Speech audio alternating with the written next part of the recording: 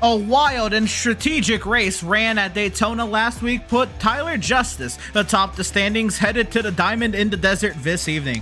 Who the odds will favor tonight remains to be seen. I am Emerson Nard and I have my colleague Adam Schaefer alongside myself in the virtual booth this evening, and we're excited to be bringing you live coverage of the Speed Racing Network Z Grills series here on VIRacing.com motorsport simulations platform. Adam, we're here at the virtual Las Vegas Motor Speedway, and it vastly differs from the super speedway at Daytona last week. And while we won't be talking about that kind of gambling this evening in Sin City, drivers will be forced to take some risks as they look to move forward here tonight.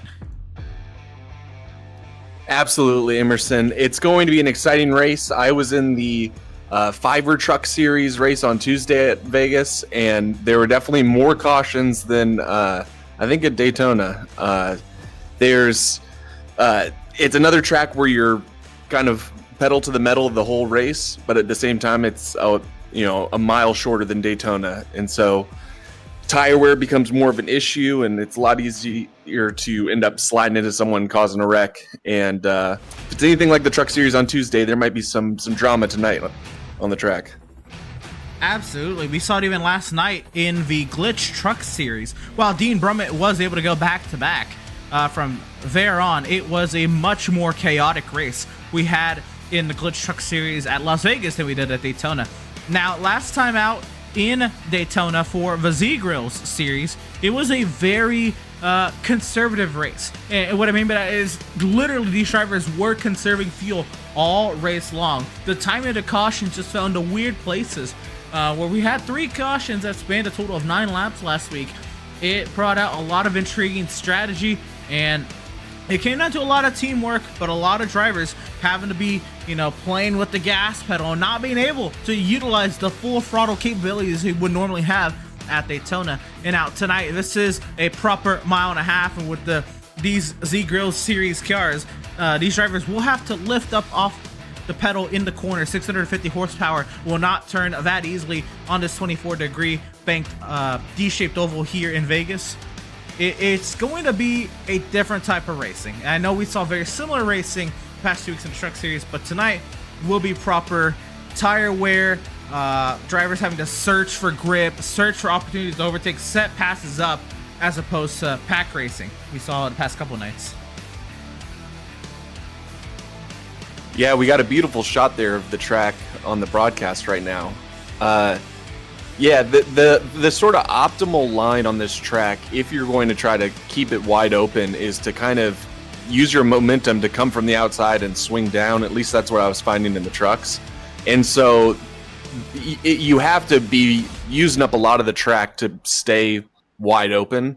And especially on restarts when everyone's side by side, you're not going to be able to do that at all. But then once you get in the draft, it also makes it so that you're going a little bit quicker, but there's also dirty air as well, which can affect braking. And so there's a lot of finesse involved, and what ends up happening there is there's going to be a gap later on into these runs on who can manage their tires the best. And I think that's going to be the big difference tonight, is who's going to be able to stay more conservative so that they can save their tires. But at the same time, if you stay too far in the back of this race, it's very easy to get caught up in a wreck. And so at the same time, you kind of want to be fighting up towards the front to stay out of that. But that's going to be the dynamic we see tonight, is who can save their tires and avoid some of the big wrecks that happen along the way. Absolutely, and here we are tonight. Now, you do see practice is still occurring here for Z Girls series, for the Z Girls series this evening, and that means we are running a little behind. And yes, we are. There was multiple lobby issues before getting the show on the road this evening, but the admins worked as diligently as possible, and it got us into a couple servers here. But now we're here, we're ready for racing action. I want to thank the admins for all the hard work they do, putting on the series week in and week out, and especially tonight, having to do it without President JB here, Jonathan Byer, out of town this week. But the admins were able to hold down the fort, get a new session rolling tonight, and we are here and ready for racing action, albeit a few minutes behind. In tonight's race, being 150 laps tonight, it is going to be a long race. There's going to be plenty of time for strategy to develop, for drivers to come and go, for tires to come and go, and we are ready for it here in Las Vegas. So we do have 4 minutes left here in practice. We can kind of analyze what these drivers are doing, these final brief moments before these drivers head into qualifying. Adam, if you're in these drivers' shoes, 4 minutes left, what are you focusing on? Or actually, it looks like practice is going to be advancing, so we're actually going to get into qualifying now. So I guess scratch that. But what I was going to ask you was, when you see the practice timer, 4 minutes left in practice, what is your priority at that point? Are you completing a race run? Are you working a qualifying? What are you trying to do as a driver? Well, the big thing I would say is practicing green flag pit stops. That's something I always forget to practice, and it is about 4 minutes before the race that someone will mention, "Hey, remember to practice a pit stop." That, I think to go do it. So, but then also, like we just saw, I think the big thing everyone's going to be contending with tonight is there have been a lot of hiccups on the technical side. There had to be, 3 different lobbies, and a lot of guys put thought into their warm up and their practice, some more than others. And if people allow these hiccups to kind of get in their head and get them distracted because they're not getting to do the warm up they're hoping to do, I think that could lead to, if don't drive, whatever was it, don't drive hungry, don't drive angry. So, we'll see if that impacts anyone's performance tonight, but hopefully the practice was sufficient. I think they still got 40 minutes in. Oh, they got plenty of time. We had a couple sessions. They ran behind, but these drivers, they were able to get in a lot of track time, and of course, they had a week to put these hot rods together and to really have a thought about it. But we're watching now the number 1 machine. This is, I believe, Sean Powell out of the Phase 2 camp, and he will be the first driver to set a time. Actually, no, I am mistaken. That is David Robertson, and now Sean Powell sets a time. But these drivers are now out there on the track. Tyler Justice goes top of the charts, 31 flat. And that's what we're looking at tonight. Now Max Service out of Tank Racing, a 30.88. Lap 1's coming in hot here. And it may differ from the truck series. I think the Xfinity cars, the Z-Girls cars, will be much more reliant on those lap 1 pace laps. And as I say that, I guess I'm proven wrong by David Robertson. But it was more of a plate track feel yesterday with the trucks. And tonight, it's a little different.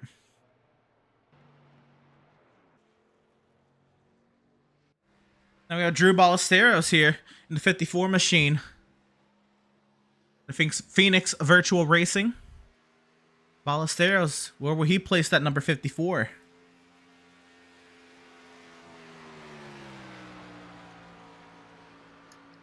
You just saw number 54 there cutting the apron. That's something that some people just do during qualifying in the truck race. There were a lot of people that were doing it during the race, including some of the people that finished up front. I'd personally like to avoid the apron. It's hard to know exactly how the game mechanics work, but I believe it impacts tire wear to a slight degree.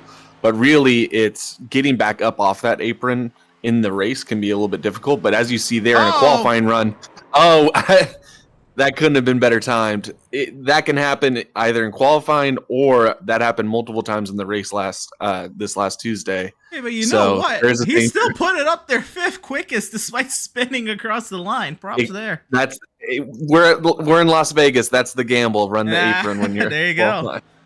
I think that is a great way to look at it. It is a gamble to run that apron. It is a whole different layer of grip. There's not those cars consistently running across that every time. It's very bumpy. It's not cared for as enough as the normal racetrack is. And of course, it is a difference in banking. The weight of the car shifts, and the car will be thrown one side or another as you cross off the banking or back onto the banking. And these Z-Girls cars, they're not all that balanced when it comes when it comes right off the truck, man. I mean, these cars are some tough beast to maneuver around some of these racetracks. Las Vegas being one of them. Seth Berger places it there 9th quickest. We'll take a look. It looks like Landon Cardullo. He was in the booth with me last night. Here he is tonight in the number 7 machine.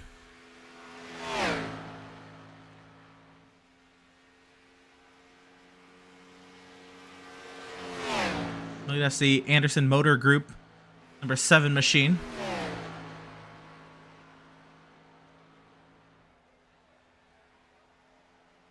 And Cardullo comes across the line He'll go 8th quickest.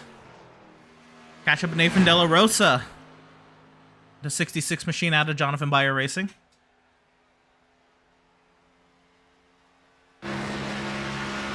Pretty impressive how, oh, pardon me, but pretty impressive how grouped up everyone's times are. This is a very competitive league. Absolutely. We've got some great drivers that come to compete. We were talking about this last night, and tonight is no different. Nathan De La Rosa is staying on that high side, but you can see the speed he's carrying on that high side there with our telemetry graphic on the bottom right. Landon Lacey puts it 5th quickest. And De La Rosa goes 19th after lap 1, but that was his warm-up lap. Now we watch De La Rosa work his way around the track now. He went down to the bottom lane, but he puts those right sides on the outside seam, if you will. Logan Truitt goes 9th quickest. And other than De La Rosa, we have Scotty Reinscheld out on the racetrack as well. Nathan De La Rosa will cross the line, and he will go... Well, it'll be 19th. It will not be much of an improvement there for the 66 machine. Here's Scotty Reinscheld in the 99.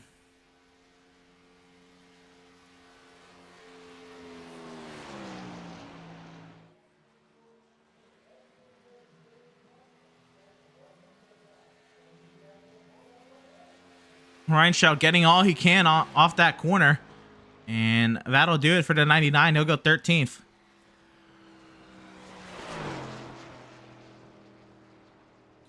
Yet to qualify the likes of Gabriel Ellison, Brad Fulham, Scott Kalal, Blake Hensley, and Bobby Anderson. And as I say that, Scott Kalal answers the call. And we'll get to watch the 32 car get up to speed. Out of Phoenix Virtual Racing, Scott Kalal, another longtime regular here in the Speed Racing Network series of leagues. And that's Scott's lawn care there on the front end of that machine. It's Sean Powell and Dustin Montgomery, Tyler Justice, Max Service, Landon Lacey, the top 5, 3-phase 2 cars, 2 tank cars, top 5. Scott Kalal trying to break up the 2-team dominance at the front of the field.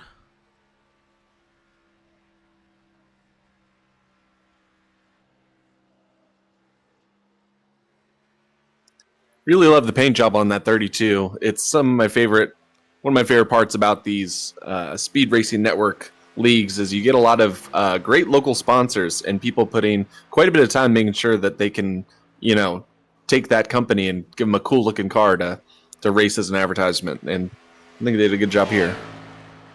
Oh, getting all the way up there. Nearly kissing that outside wall, but that's the sign that Scott Kalal is pushing it to the limit.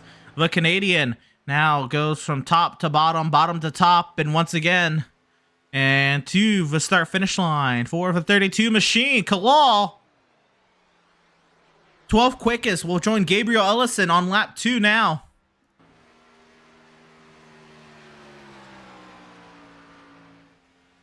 And Ellison out of JBR. Very stable up upon that white line out of turn 4. Washes up a little bit of a time for Ellison as he comes to the line. Where will that place him? Ellison goes 4th quickest. Gabriel Ellison putting a JBR car into the top 5. No better feeling than waiting out qualifying to see the times get posted and getting there and put up a top 5 score. That's great for him. Now we join Brad Fulham in the 19 machine. Also out there, Blake Hensley. Join Hensley as he's closer to wrapping up a time here. Hensley, I believe that's also out of the JBR camp. Hensley goes 24th quickest, lap 1. I would be correct on Hensley. Fulham out of Phoenix Virtual. And so Hensley now with the tasks to follow up what teammate Gabriel Ellison was able to put up on the top of the timing sheet. Time ticking down, 24 seconds now. And this will do it for Hensley. Hensley goes 23rd quickest. Brad Fulham crosses the line. Fulham goes 20th.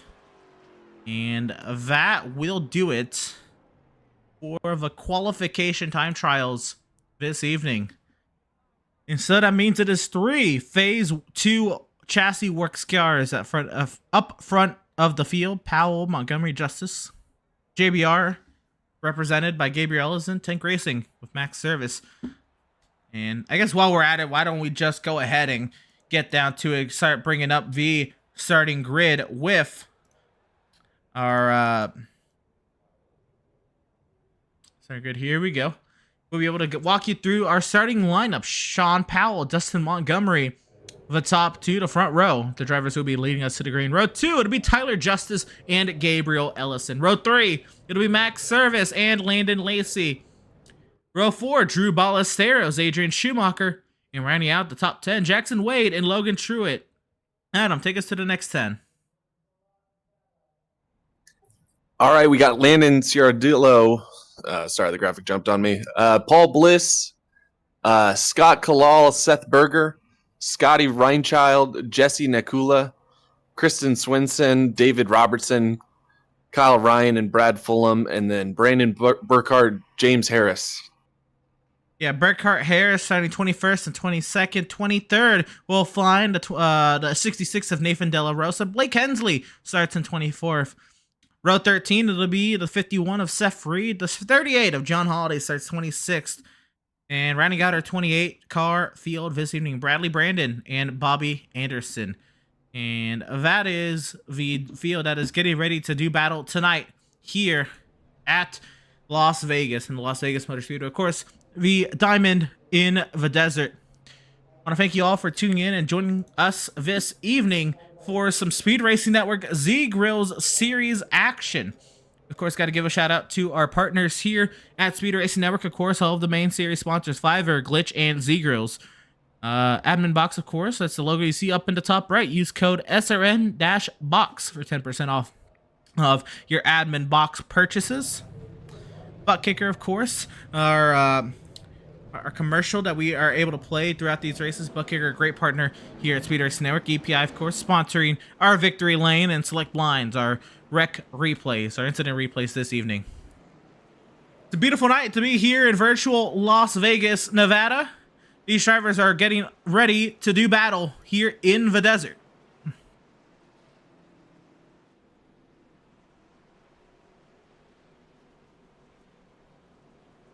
See, the Phase 2 chassis works, guys. They'll split the pacing vehicle out in front of the field with the Liqui Moly cars.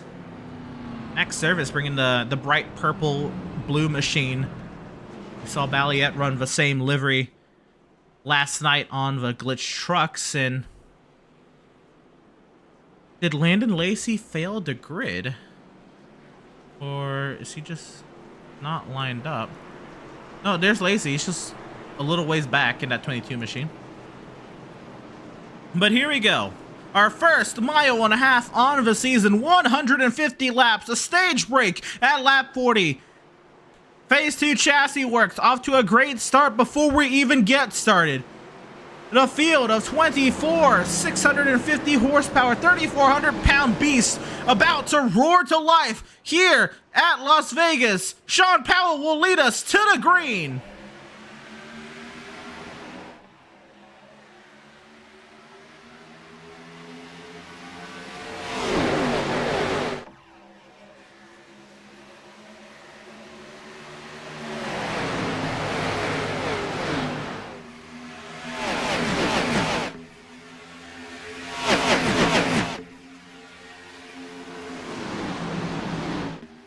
High gear for most of these Z Grill Series cars, and it's Powell, Justice, and Montgomery the top 3. It's Max Service who has moved into that 4th position, clears the JBR machine of Gabriel Ellis, and Landon Lacey fell back, lost a spot out to Drew Ballesteros as they go side by side, and they do battle, entering turn 1, Ballesteros up into 6th.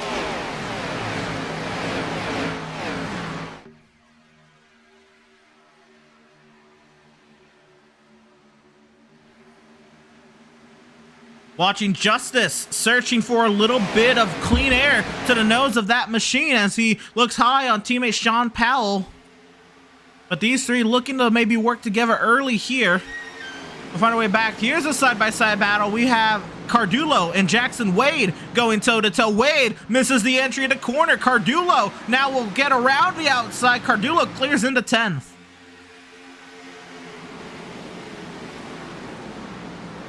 Scott Kalal shoves his nose down in there, wants to get to the inside of the 69.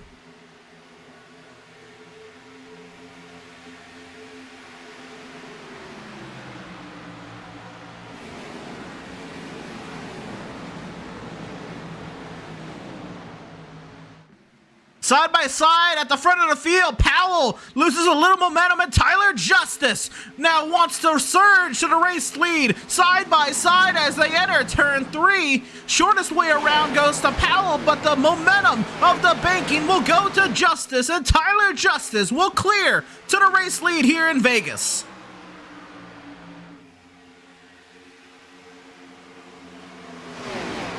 Here's a battle for 4th.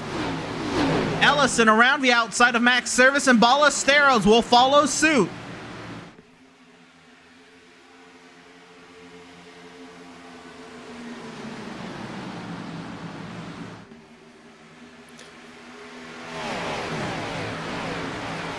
When people were discussing the race after Daytona, number 54, Drew Ballesteros, is probably one of the few drivers that got brought up as being maybe a bit too aggressive the first week, and it's interesting to see he's coming out not looking to lift for anybody. Absolutely. Ballesteros on the surge right now to the inside of Ellison, getting very close to Gabriel Ellison very early to try to be rubbing people the wrong way, but that doesn't mean anything to Drew Ballesteros. He'll stick his nose in there. He'll want to get up right up to the inside of that 36. He'll want to use up the fenders on these stock cars.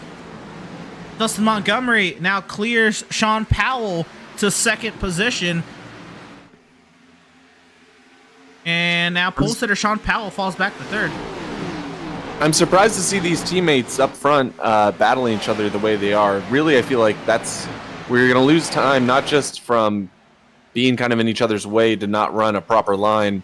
You also end up wearing out your tires faster. And so I'm not sure if holding up number 12 is the right move there. But at the same time, Tyler Justice, they did win the first week, and they're running pretty fast right now. So maybe they want to stick out in front. I don't know.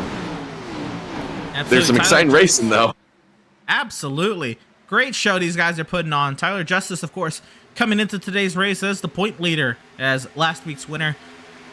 A little bit of redundancy I'd feel if we brought a points graphic with us tonight, but we'll have one for the next week at Northern California's Sonoma Raceway. Can't wait for Verodi to kick things off very early in this schedule. It's Montgomery who now has a peek down to the inside of Tyler Justice, and Justice, you know what? I think this is phase 2, working the field to get everybody some laps led early. Now Dustin Montgomery will take the lead after 8 complete here in Vegas.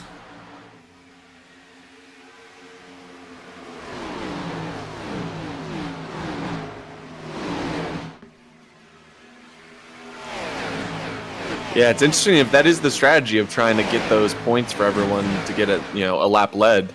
But as you can see, you have to get back in line very quickly. We have Gabriel Ellison, Drew Ballesteros already really close to that top 3. It's going to be tough for them to just let each other go by without, leaving the door open for the rest of them to come on by.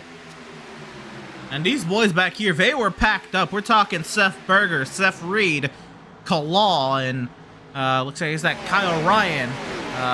All packed up back here. David Robertson, Brandon Burkhardt, Paul Bliss, everybody all up under one another back here. That's an example of why I don't like to run the apron on this track. When I was practicing on Tuesday, someone was coming on the inside, and this is when we were first getting started, and they tried to come back up on the track, and I, didn't mean to, but I kind of just perfectly door slammed them back down on the apron, and I kind of knowed that in my head, like, hey, if I am down on the apron, you got to be very careful because the people holding that inside line aren't that much slower than you. It's really hard to just full on clear them. And so if you're not careful and if that person does not like you, you know, they can kind of hold their line and door you back down to where you could really lose some time going to turn one.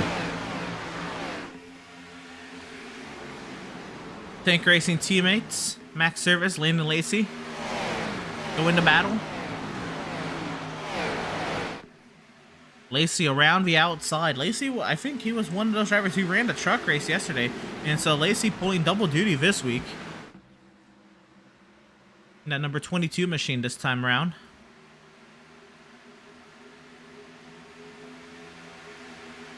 I'd imagine also Lacey probably filling that void Tank Racing's feeling her now with no Vincent Cortez.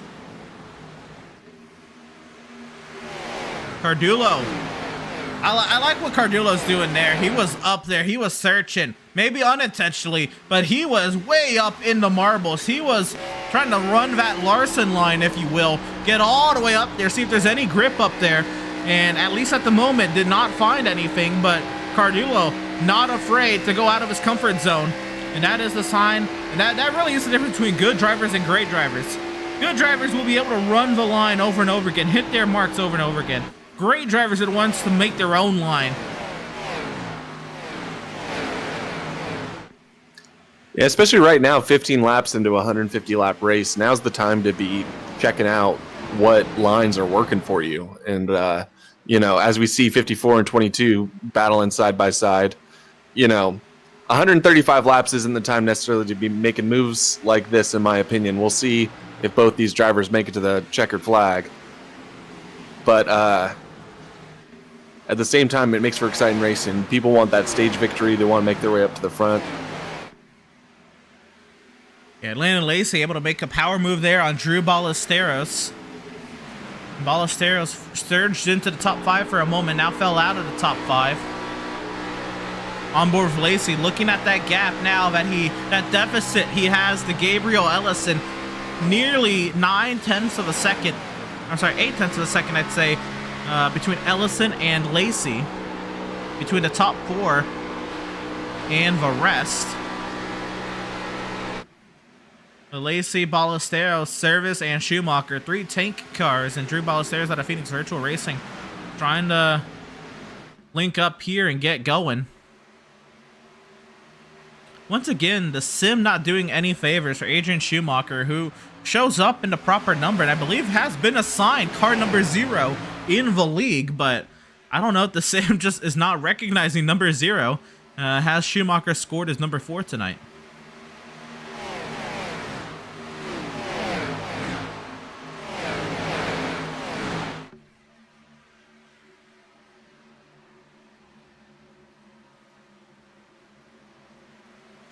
So Service and now Schumacher, they both will clear Drew Ballesteros. And Ballesteros, did he use his stuff up too much too early? Not even 20 laps in, is getting just passed here now. 3 tank drivers in a row. Landon Cardullo now surges to the outside, wants a piece of the 54 as well. And Ballesteros might see himself outside the top 10 if he's not too careful.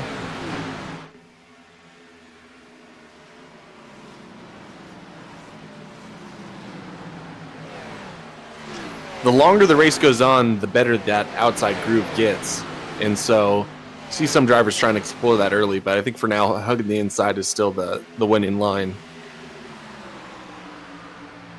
Well, right, to a certain extent, it's, do you still have the right front tire compliant enough to run that bottom lane, or have you overheated the outside of your right front tire and you can no longer run that bottom lane? Because it is very easy to do that in VZ Grill Series cars.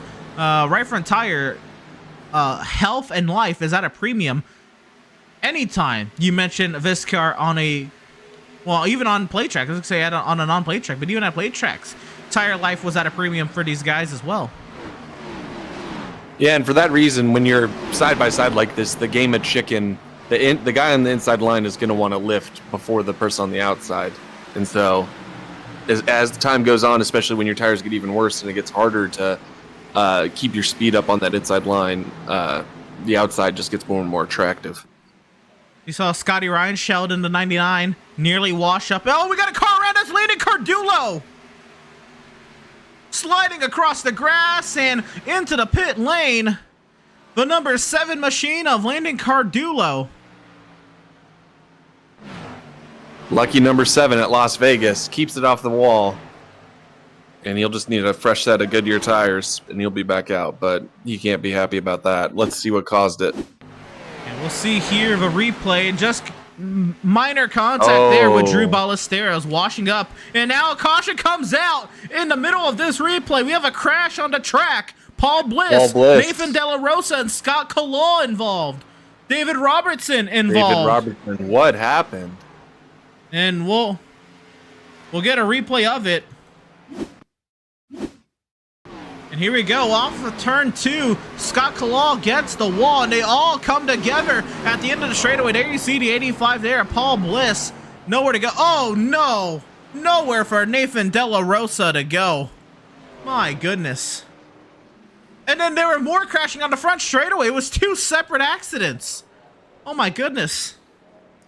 3 if you include the Cardulo, yeah. Pass in the grass earlier. 1 lap, 3 incidents. My goodness. We'll see here if we can see what happened to Robertson. This one was out of turn 4. He just came together with the 99 of Reinscheld. What happened? I think that's something I noticed in the truck race on Tuesday. This track, and there's a few of them like it. I was racing at Nashville in the ARCA car this week, and in some of these cars, there will be a moment where your grip just falls off a cliff, a noticeable amount, and right around lap 24, 25, that's I think when you can sometimes see as you're coming out of turn 4, and you just snap loose into the guy on the outside. Right there, Kyle Ryan and Paul Bliss make slight contact. Ryan's able to save it, but Bliss gets shot right back up into the path of the 32 machine. And this is really unfortunate. Nathan De La Rosa is coming behind, unsighted.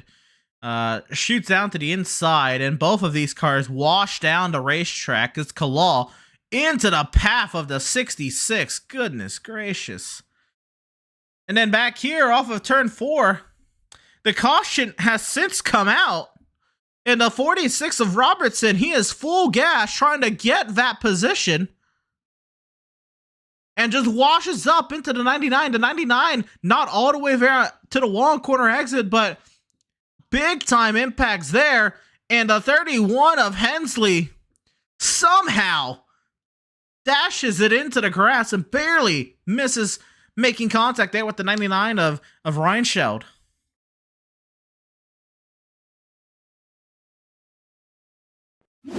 Even get one more look.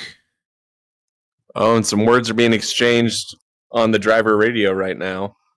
Thankfully, the good folks at home aren't able to hear that, but choice words being used. Oh my goodness, you see De La Rosa just nowhere to go, and a great near miss there. I believe it was Burkhart came nearly into contact there with the 85 of Paul Bliss.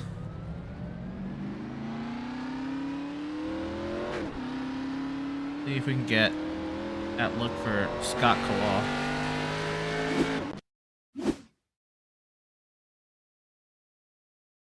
Bobby Anderson looked like.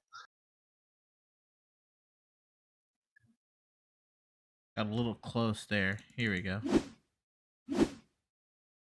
And we were able to see, was there contact that led to Kalaw getting up there? He was just way up on the high side, just barely brushed the wall, but he looked okay. But I think the reaction of Bliss came down into Ryan, who was trying to maybe, squeeze into the corner. And then over here, just misjudging the exit. The yellow lights are already there on the catch fence. These drivers were still going at it, and unfortunate.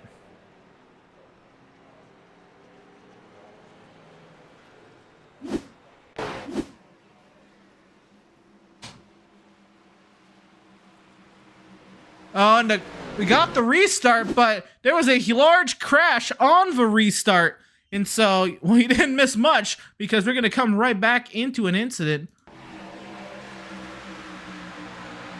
The green flag waved, and there was contact, big time contact between Seth Reed and the 84, and we had a massive pile up, a junk him up, a track blockage here at turn 1 upside down. Oh, number The 7 of Landon Cardulo. My Come on, goodness. keeps it off. Oh no, he's got some nose damage. A lot of cars going to be damaged in this race. Apologize for the lengthy replays that caused us to miss this live, but we'll get the look of it here. And it was the 84 of Jesse Nakula and the 51 of Seth Reed that came together. And there it is, Reed to the outside, 3 wide. And Nakula had no idea.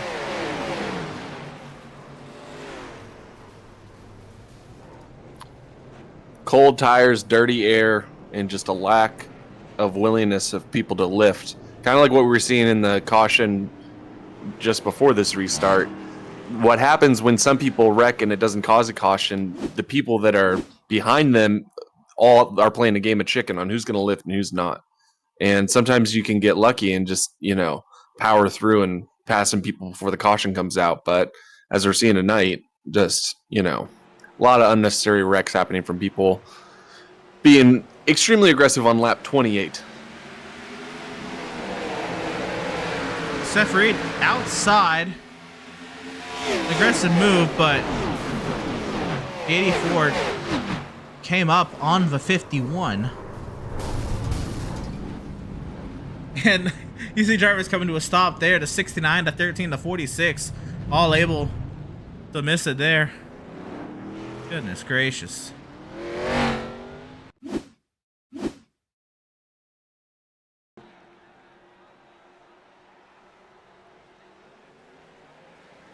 Massive pile up in turn 1, bringing out the second caution of the race this evening.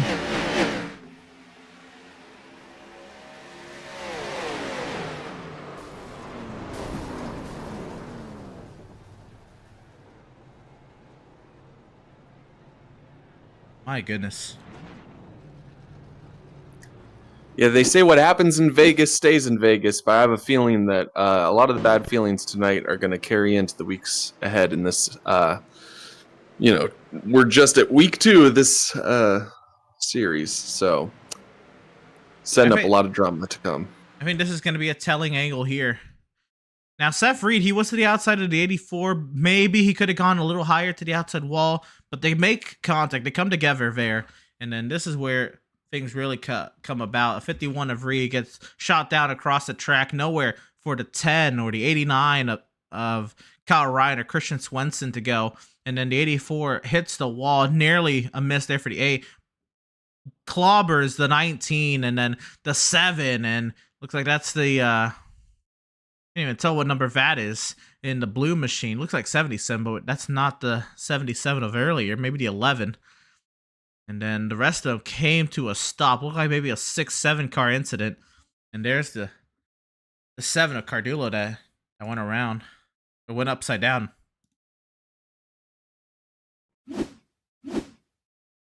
Take one more look at it from the overhead.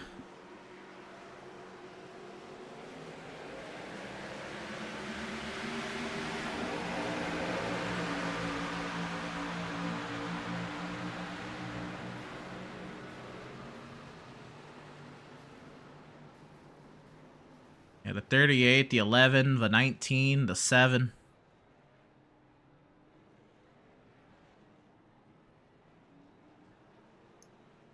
Is that craps or Yahtzee when 15 cars crash? Couldn't tell you. I could not tell you. What I can tell you is there's 11 laps to go in stage number 1. And we have... Looks like it is Dustin Montgomery, Tyler Justice out in front of the field. The lights are off on the safety vehicle.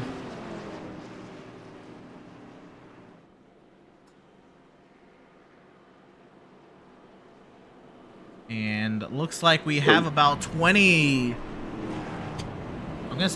cars running and 20 on the lead lap. We have number 84, Jesse Nakula, in the waiting room if we want to bring him up for an interview real quick, talk through the accident. Well, we would, but we are about to go green here at Las Vegas as the field works their way through turns 3 and 4. And we did just miss some chaos on the last restart. I feel like I would be remiss to miss some more. So the iRacing.com safety vehicle will find its safety down in the pit lane, returning the control of the field into the hands of the 12 of Dustin Montgomery, and racing once again from Las Vegas.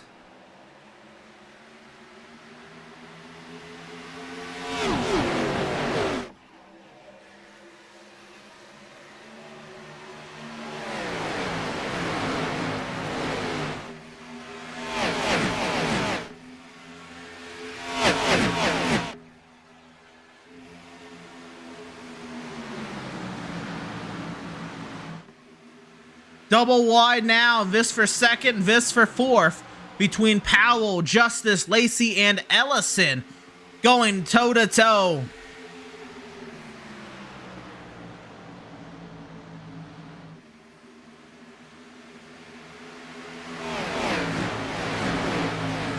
Just 20 cars now in the lead lap, 32 laps into the race. Yeah, that was a big wreck, couple big wrecks there. That claimed a lot of drivers. We do have more running. We have, I believe, 26 cars running, but 20 on the lead lap. And as we come around, working lap 33 of 150, our stage break occurs on lap 40.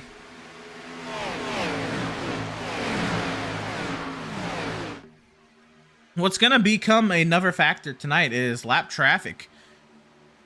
So many damaged cars that are going to be off the pace. Lap traffic will be a big factor this evening. Here we go.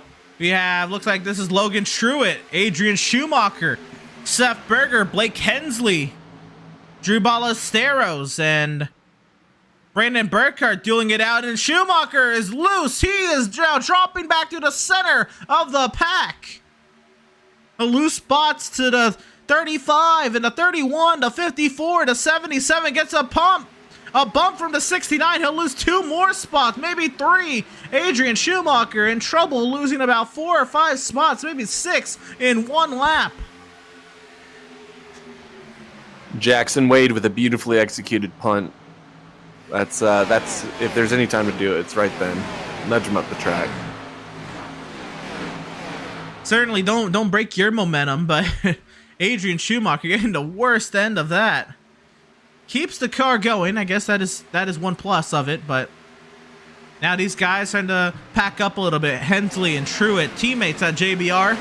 Nose to tail. Sandwich between Max Service and Drew Ballesteros out of Tank and Phoenix Virtual, respectively.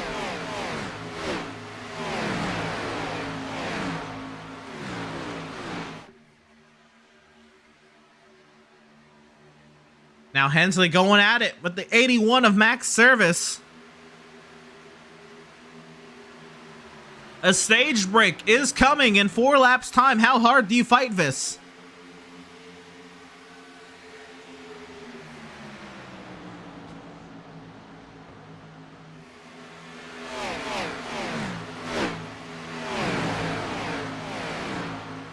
Hensley continues to drop low. Is he wearing out his tires by taking the inside line, putting a little bit more pressure on that right front tire?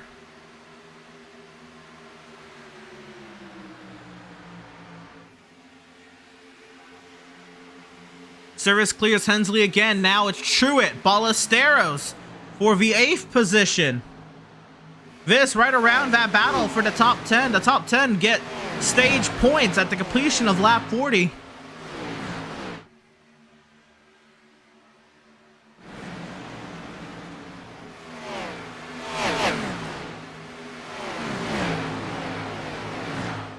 Now 3 wide.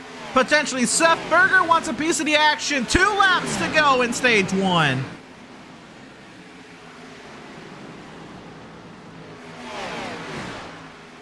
Beautiful racing by Truett, Ballesteros, and Berger alike.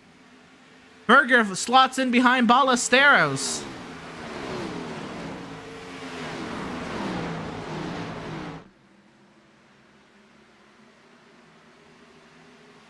Ballesteros clears up in front of Hensley. Now Berger to the inside, and a caution has come out. That's the stage break there. Oh, the caution comes out Real 1 lap exciting early racing. for the stage. What normally would be at the completion of lap 40 comes at the completion of lap 39, but I guess then the stage is over. And Dustin Montgomery gets the stage victory. He'll come around and complete lap 40 now. And he does so at power. Actually using the safety vehicle. Tyler Justice, Sean Powell, Gabriel Ellison. There's actually a bit of drama on Tuesday night in our race. There was a wreck right before the end of the stage. And so if it was lap 39 that it was our time to pit, when the leader went to go pit, someone who stayed out in like 18th place ended up winning the stage because you needed to stay out to cross the line as the stage went, which I'm not sure if that's exactly how it works in NASCAR, but according to this rule book, that's how it goes. And it's so not I think how it works in NASCAR. I can't imagine that is... and that's where the drama what we're gonna comes roll in. with. But, you know, that's racing, I guess. But Montgomery from Justice, Powell, Ellison, Lacey, Service, Hensley, Ballesteros, Truett, and Seth Berger. The top 10 will get stage points, and the top 10 will all come into the pit lane.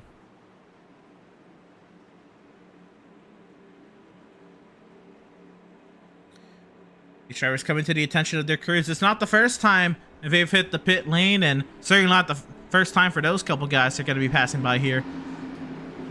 But I'd imagine 4 tires going on these bad boys. Really incredible work from Phase 2 Chassis Works, running 1, 2, 3. They're looking like they're going to be a dominant team this season. That does seem to be the case. Will any other teams rise to the occasion to outdo that in the race off pit lane? Tyler Justice, he slams the brakes at the pit exit line, maybe giving the lead back to Dustin Montgomery. A very chaotic pit exit there. Potentially an omen of things to come. If there is going to be something that will shake up their lead in this race, it's going to be some of their aggressive driving around each other. We'll see if it ends up coming up later. I'm going to go ahead and bring up driver of the number 12, our stage winner here for stage number 1 at Las Vegas. And Dustin, maybe coming out a lap earlier than what most would have thought, but you are the stage winner this evening here at Las Vegas. How'd you get it done? We had a short little run there, and I just put together some hot laps, and lap early might have helped me a little bit there.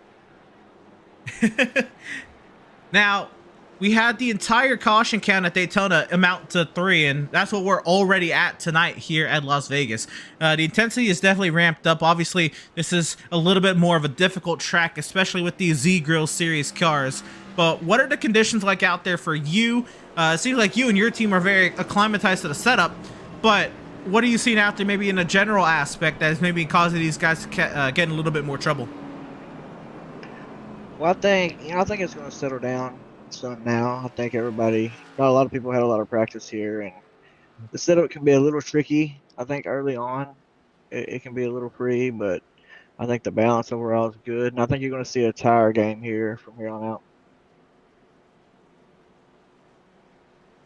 All right, Dustin, and again, now last week it was almost warranted for your team to work very well with one another, but here you are tonight working very well with your team. You even got your 2 more teammates in front of you there. Unfortunately, those guys have caught some damage, and they're going to be trying to get a lap back here, but Phase 2 Chassis Works, at least the first 2 weeks, have partnered up really well and have really gotten things done so far here in the Speed Racing Network Z Grill Series. How do you maintain that, and what do you feel about your chances to maintain this level of dominance and consistency at the front of the field? Yeah, but I feel good about it because I run with these guys every day, and they're real familiar with this car. We race this car on the open side, on the official side a lot, and so they're used to this stuff. All right, Dustin. Well, congratulations on the stage victory. Best luck to you and the rest of the Phase 2 Chassis Works guys on the rest of this race. Well, hopefully we're talking to you a little bit later on, man. Thanks, guys. Driver of the number 12, Dustin Montgomery. And again, those guys, they have absolutely been on it this evening and last week as well. For those Phase 2 Chassis Works guys. And they'll be the top 3 for this restart, followed by Ellison, then 2 Tank Racing guys, and Lacey in service. Ellison, one of the JBR guys, up ahead of Hensley and Truitt, sat 7th and 8th. Phoenix Virtual Racing's Drew Ballesteros sat 9th. Seth Berger out of Tank Racing in 10th. That's your top 10. Getting ready to do battle once again here at the Diamond in the Desert. Looks like we do have 21 on the lead lap and at least 26 running. 26 still connected in the session anyway. 24 running. VIRacing.com safety vehicle will find its safety in the pit lane. The field back in the hands of Dustin Montgomery Racing. Once again from Sin City.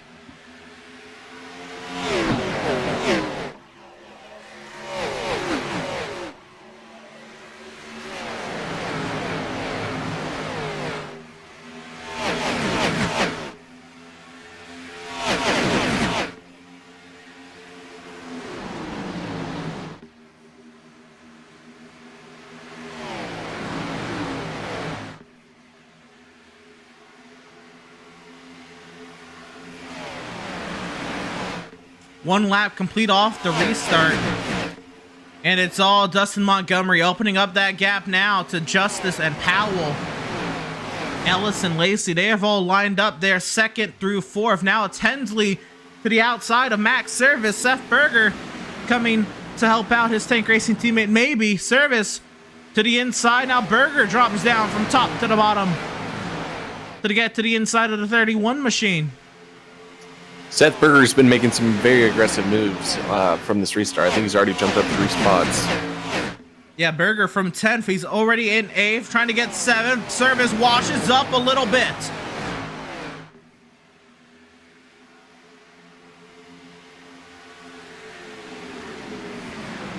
And Ballesteros there, and Hensley. All these guys packed up. 6 through 11 is just dynamite waiting to go off. I say so. Maybe I'd even clue in Schumacher, who's right there at the tail end of this as well. At 6 through 12, Ballesteros now washes up to the middle of the track.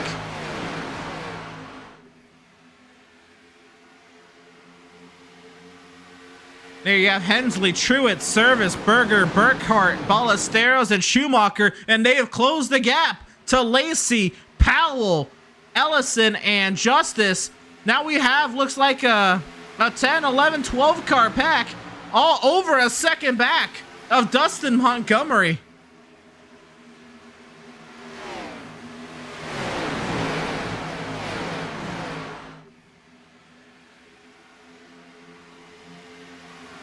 Now Lacey to the outside of Justice. Going to be interesting to see how Dustin handles when they catch up to him. They're going to get a pretty good run on him. Well, I don't know. Will they? This isn't the same package that we've been talking about in the trucks and what we were talking about at Daytona. This is a track where you can break away like that, and Ellison has now done the same. He's broken away from the pack. This is contact between Powell and Truitt. Everyone holds those wheels straight. Everyone catches their carts, and now Maybe for a half a second those guys will catch their breath, but these guys are all over one another.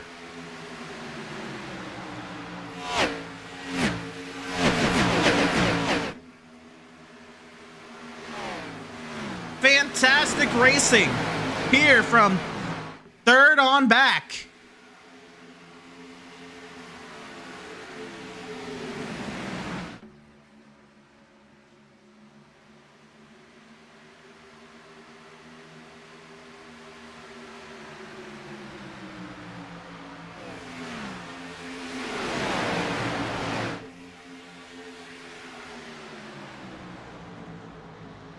It's now Brandon Burkhart, who has cleared up into the third position. He's going to try to run away from the likes of Landon Lacey. You look at people like Dustin Montgomery, Gabriel Ellison. Are they wearing out their stuff too much by jumping this far out?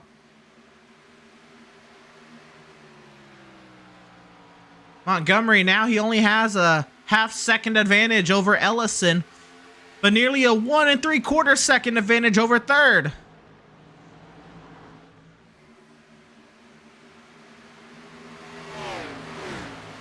Drew Ballesteros and Logan Truitt got into it a little bit, but they exchanged apologies over the mic. Everything seems to be good.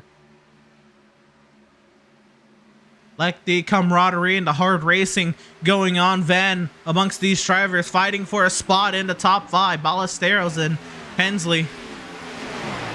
So you said Truitt back to 9th. The Ballesteros and Hensley are going at it for that 5th position. Schumacher has moved his way forward. Berger sat in 8th. Service back to 15th.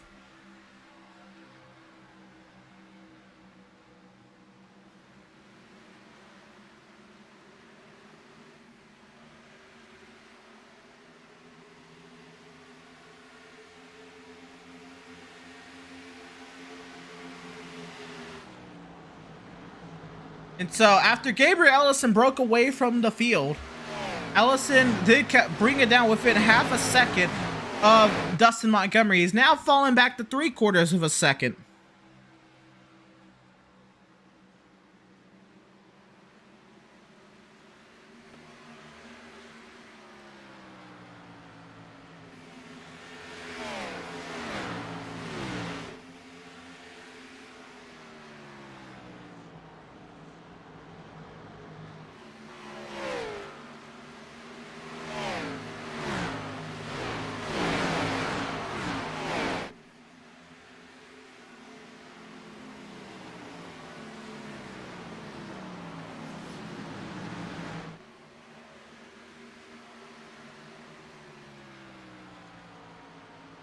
Bradley Brandon filling in for Jonathan Byer. Got to be real happy sitting in 10th right now. Yeah, great run then for the 13 machine of Bradley Brandon. Working lap 57 of 150. Sean Powell and Tyler Justice, these drivers, they've fallen outside the top 10. But is this maybe the plan? Is this to save tires now, or will these drivers be caught out and will have to try to work their way through traffic? I mean, that is a long way from where they were once running. Ellison, he's now fallen nearly a second back of Montgomery. Burkhart now over 2 seconds.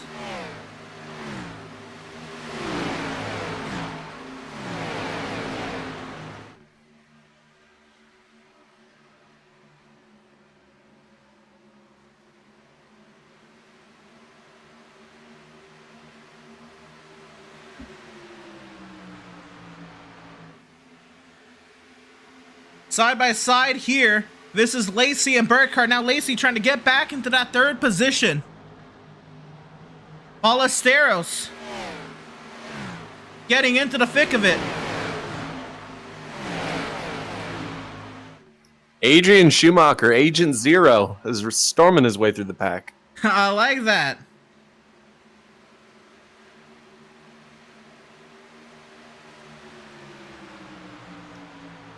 In our truck race on Tuesday, it did end up being some of the most aggressive drivers in our series that finished up ahead. And it's seeming to be the same thing tonight where, you know, as much as it might piss people off, driving aggressively is the way to get to the front. Absolutely. That seems to have been the common denominator these past 6 races, both in Fiverr, both in Glitch, and now both here with Z-Grills. Aggression has been the name of the game, and these drivers have really put it on display. And especially the last 2 nights that I've been broadcasting, it's been done in doses, I think, done just right.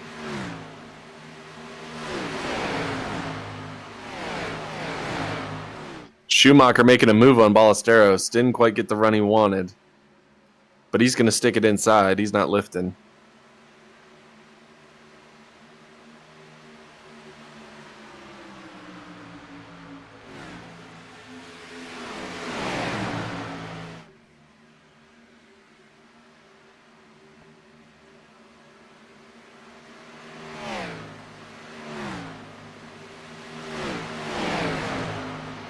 Now we've all packed up again for a moment. This field was single file, and now Ballesteros under pressure from Seth Berger around the outside. Lacey has broken away from this group. Berger now surges around the outside. He'll clear the 54 machine. Now Ballesteros falls into the clutches of Hensley. Hensley wants a piece of the 54 again.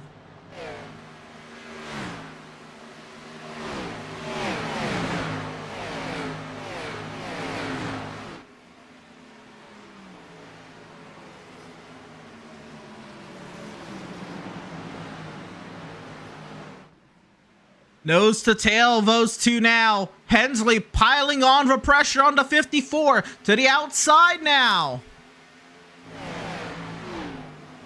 Can't get in there. Is making Ballesteros check his mirrors. Up front, Dustin Montgomery has a 1.5 second advantage over Gabriel Ellison. Montgomery out now on a Sunday drive. And that's got to be very nice, too, when it comes time to pit. It's going to be easier for him than anyone to be able to just sneak onto pit road whenever he wants and not get caught up in any accidents coming onto pit road here. We'll see if it stays green. With the way they're driving, you'd expect a caution, but they've been keeping it green this whole second stage. Absolutely, it's been green so far, but still a lot of racing to go. You see Montgomery, Ellison, Lacey, Berger. Top 4, they have broken away. Burkhardt now has the pack in station behind.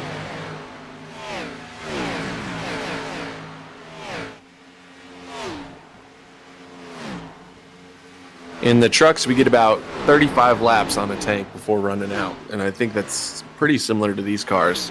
And so we're looking at somewhere around lap 75 where people will be needing to go into the pits. We'll see if it happens sooner. I think so. The only difference I can think of, though, is these drivers are lifting a lot more into the corners. So fuel may last a little longer. We could see then 75 to 80, I think, is a nice fuel window we could see these drivers look at. Which, if you think about it right there, that it's very close to making a 2-stop the rest of the way. If the race restarted at lap 45, that means that the rest of the race is 105 laps. You divide that 3 ways, and that is 35 laps a run. So, right there, these drivers are going to be playing another fuel mileage game tonight, it seems.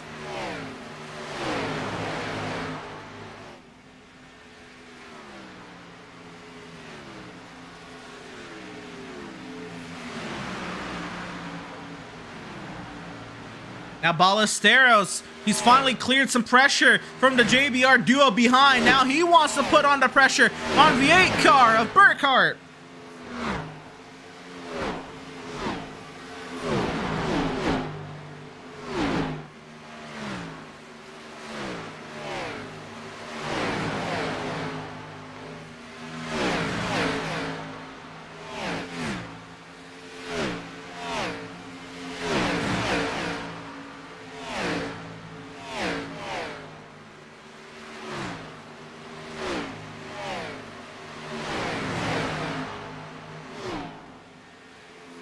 Now Tyler Justice has to make his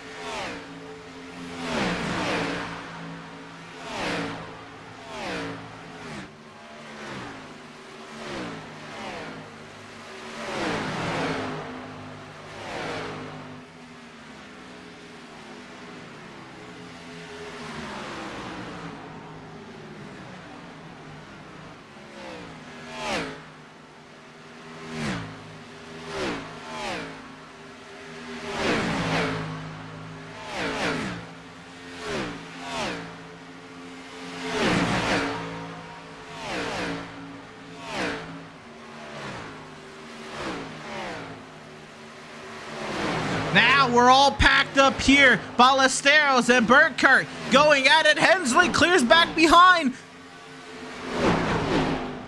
Truitt and Justice trying to piece his way through it. Justice into 6. But with all this going on, the fuel run coming to an end, what are you going to do in that 6 machine? You feel you have the pace. You feel you saved the tires. But are you able to do much with it? Nowhere to go. Into the back of the 31 he goes.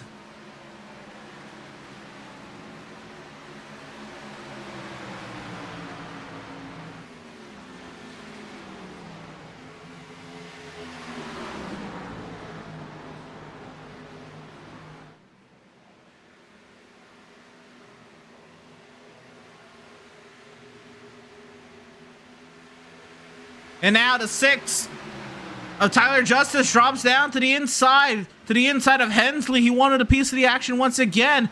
Already got into the back of Hensley once. Maybe tries to be careful. This time he elects the outside, but now he's sandwiched to the inside of Schumacher. Schumacher not able to get there. Justice in 9th, trying to get to the outside now. Powell was the one getting to the outside of Burkhardt. Now 3 wide. Between the phase 2 guys and Burkhardt, they both clear the 8 machine. Now Powell and Justice really putting on the power, trying to get around the 35 of Truitt. Approaching the halfway point in this race and nearing the pit cycle that would begin the 2-stop run to the end.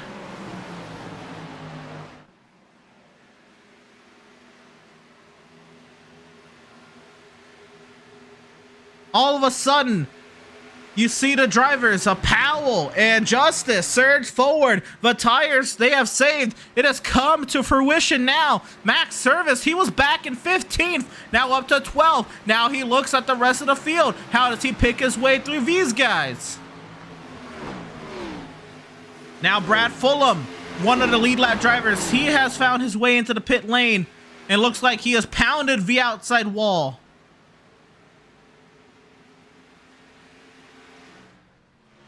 That 19 machine was involved in the accident earlier.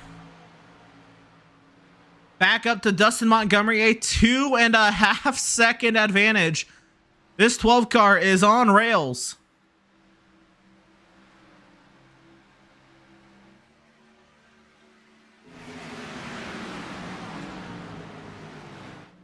Powell jumps up to the high side. Justice has to deal with Ballesteros fighting back. Now Service up to 11th on Vieta Burkhardt.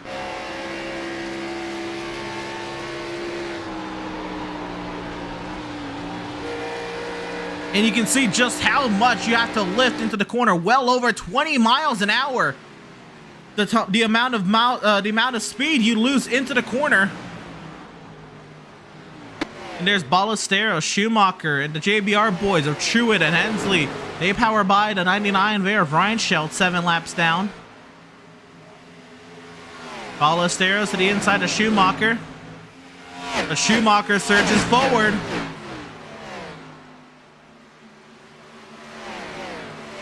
Drivers are running around 32 seconds to 32.5 second laps right now. Qualifying, the fastest guys are around 30 seconds flat to about 30.5 seconds. So a full 2 seconds slower than kind of their fastest pace. And that's when the math is going to make it that we're going to start seeing people start pitting here shortly. Oh, and Logan Truitt tried to pit, but he missed the pit entry. Logan Truitt really now putting himself on the back foot. Bradley Brandon and David Robertson, though, they did make it to pit lane at pit lane speed. Unfortunate for Logan Truitt. Here comes Gabriel Ellison. And right there at that lap 80 mark, that's what I was saying, Adam. These guys are going to try to stretch it as far as they can here because it is a 2-stop. And the fuel mileage game becoming the factor now again tonight. Truitt entered the pit lane this time.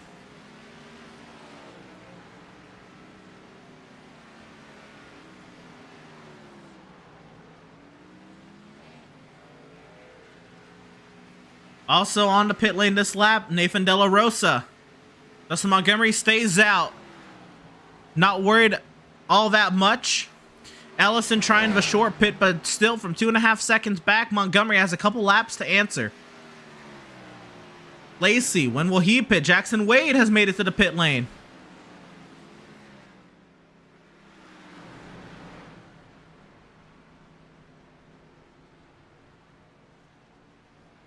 And Wade overshoots the box. He's going to have to back up.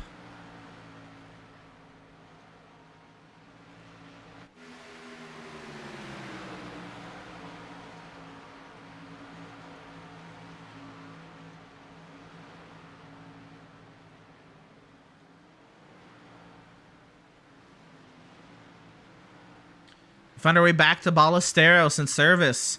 A lot of these drivers toughing it out, going as long as they can to try to improve their fuel mileage at the end of this one. Seth Reed has hit the pit lane. He is laps down.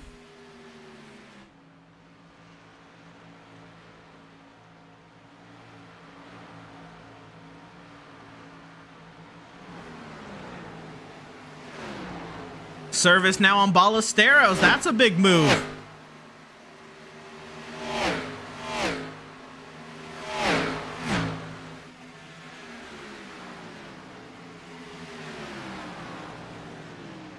And now the race leader is in. Dustin Montgomery. He brings Landon Lacey, Seth Berger. They have come in.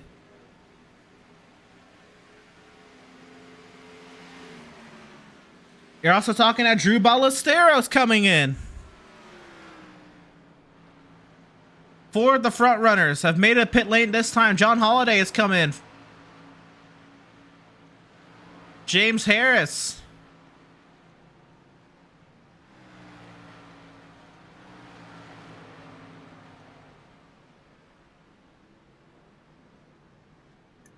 Looks like all the Phase 2 chassis works guys still staying out. Nope, Justice and Powell, they've come in now.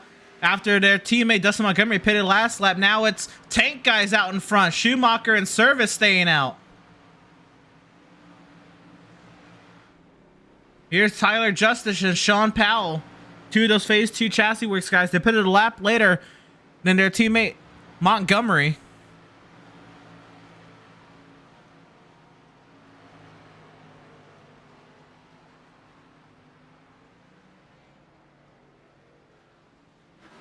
And now the leaders are in. Service and Schumacher.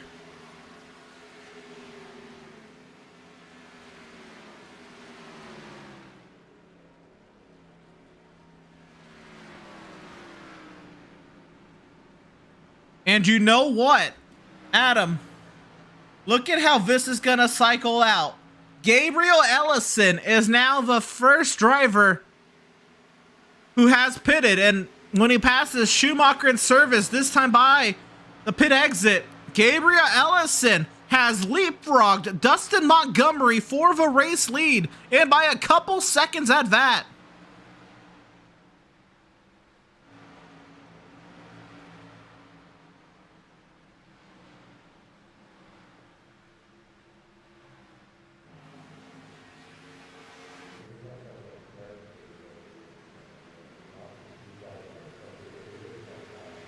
And so Gabriel Ellison has completed the short pit. He has made it work, and he is now our race leader by 2 seconds here in Las Vegas. Brilliant stuff from the 36 machine.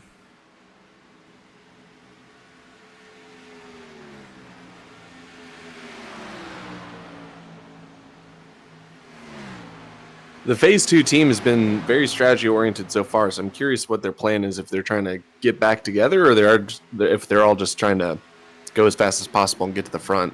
It seems like they might be trying to do something to get together. Well, at this point, getting together won't do much. Adam, if you take a look at the gaps, we are spread out. My goodness. It is a long... Well, that's where if you had 2 or 3 people in a train, it can actually kind of help, right?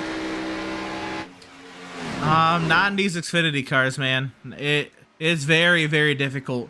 You almost don't want anyone disturbing your ear. You want to almost be running by yourself with just how crazy aero sensitive these 3,400 pound bricks on wheels are.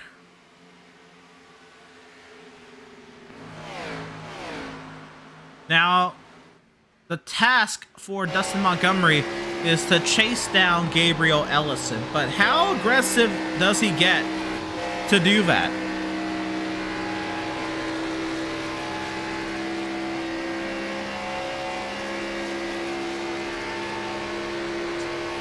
I think he showed by how long he was able to stay out while running such a faster kind of average lap time than everyone else that he has a line that is both fast and saves his tires. So I'm expecting him to catch up to 36 here. We'll see how a pass comes about, though. Is he going to be patient? Is he going to just wait for Gabriel to make a mistake? Or is he going to try to force the issue? There's still a whole nother pit cycle that we're going to have to go through, and that's if no caution flags come out. So it can pay to be patient here for a while. Seth Berger made his move around Blake Hensley. Now Berger up into the 4th position.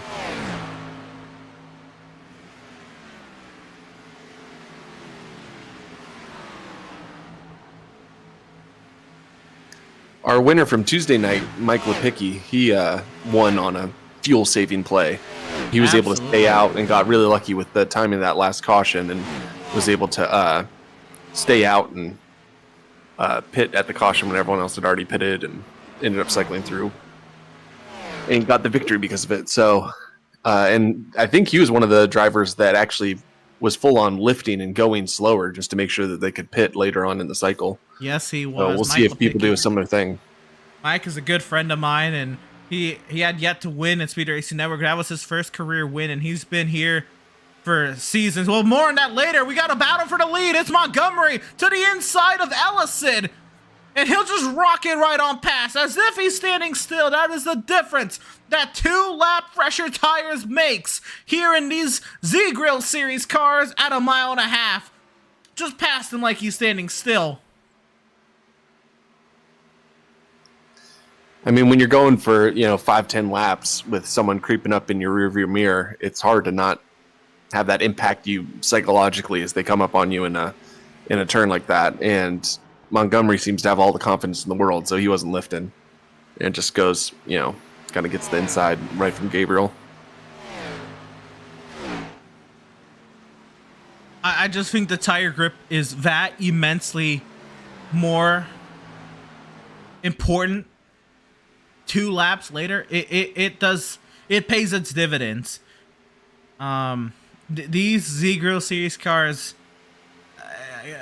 they are completely different beasts than trucks. It is a lot of mechanical grip, a lot of fighting this car into the corner.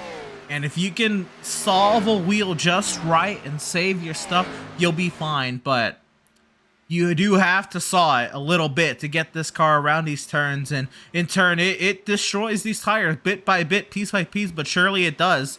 And 2 laps, a great difference there between Montgomery and Ellison. Sorry, 4 laps. I should correct myself. 4 laps, an even greater difference.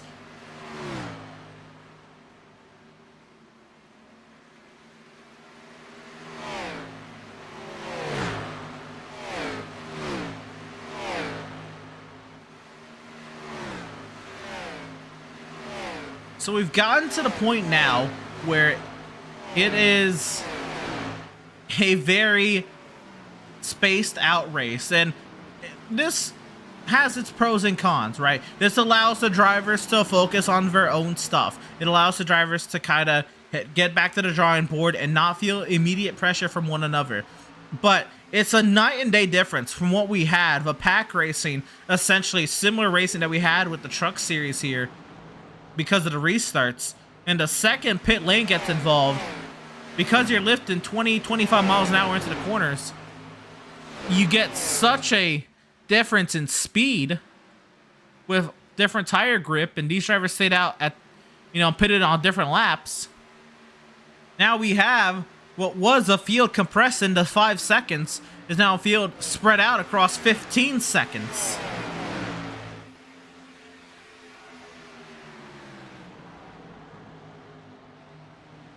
Here's a battle here between Burkhart and Robertson. This is for 12th.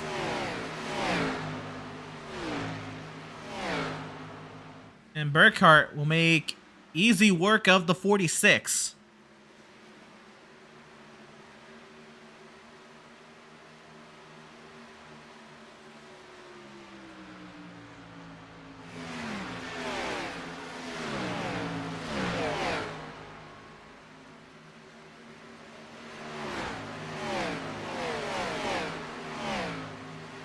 So Burkhart up to 12, and he'll have his eyes set on a potential top 10.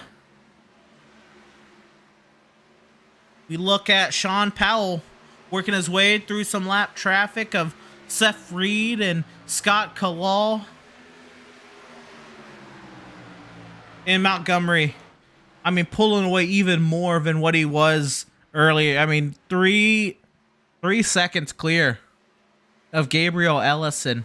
4 seconds clear of Landon Lacey, nearly 5 clear of Seth Berger, nearly 9 clear of Blake Hensley. Absolutely phenomenal stuff here from Dustin Montgomery.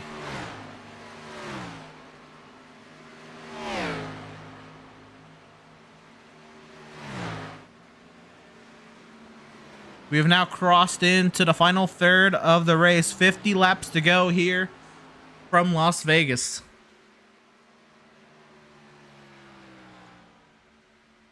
And now the 35 of Truett, Service, and Schumacher all going at it.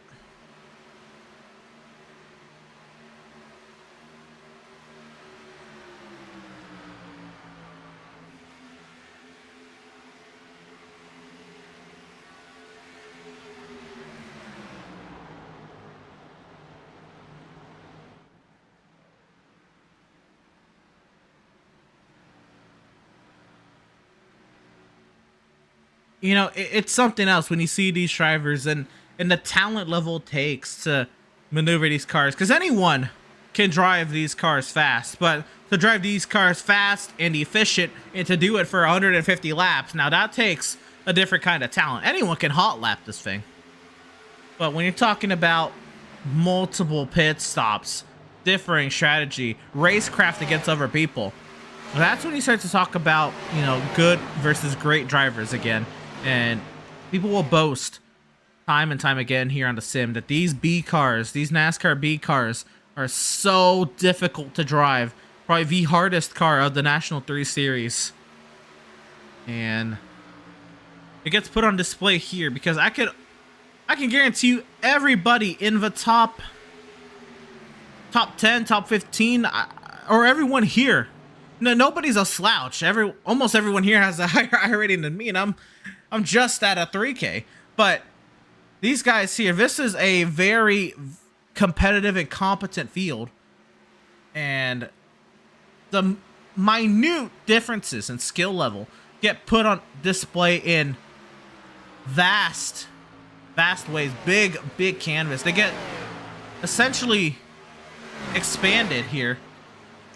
Yeah, the mistakes really compound on themselves. As Absolutely. you are, you know, too abusive on your tires, not running a good line, you'll get caught up in traffic. It'll cause you to, you know, get into accidents, you know, damage your car a bit, or, you know, more than anything, just burn up your tires, and it makes it harder to get that line going. Or, you know, those Absolutely. good long run speed going. It's so hard to have a good long run in one of these cars, right? It takes a lot of finesse, a lot of knowing the track and knowing the limits of your tires and knowing the setup, which I'm sure in that regard, maybe the broken up and less practice time that these drivers got before this race might have a slight impact on. But we know one person for sure not short on practice time tonight was Dustin Montgomery. Yeah, one of the big mix-ups, they just made a huge rule change. They were intending for this season to only have people get the setups to these cars the Sunday before the race. And so basically that would mean that at most you'd have, you know, a few days to practice. Whereas now they changed it to be similar to how it was in seasons past, where you have the first 13 weeks worth of setups all ready right now. and so you're able to kind of practice a bit more into the future. Like I'm already practicing for the truck race at Sonoma next week, where Xfinity will be there too. And so it'll be interesting to see. I think that originally they wanted to reduce the amount of potential practice time because there are some people in this pack that have, partners and children and jobs and stuff where they can't necessarily put 20 hours a week of practice in. But it'll be interesting to see. I think ultimately it's better to have everyone practice as much as they can because it leads to cleaner racing. Although I don't know if we've quite seen that play out this week, but at Sonoma, that's what I've been saying to myself is that it'll be nice for people to get the setup a bit earlier and to put some real practice laps in so that we have cleaner races. But I wonder if Dustin Montgomery's gotten some extra time in, or he's just one of those people that can hold a good wheel. Well, for sure, Montgomery has some extra time in. Well, we got to give some extra time to here is this battle for second that's brewing. Gabriel Ellison, Landon Lacey, and Seth Berger, they have all packed up. Nose to tail. And Ellison on the oldest tires of these three cars.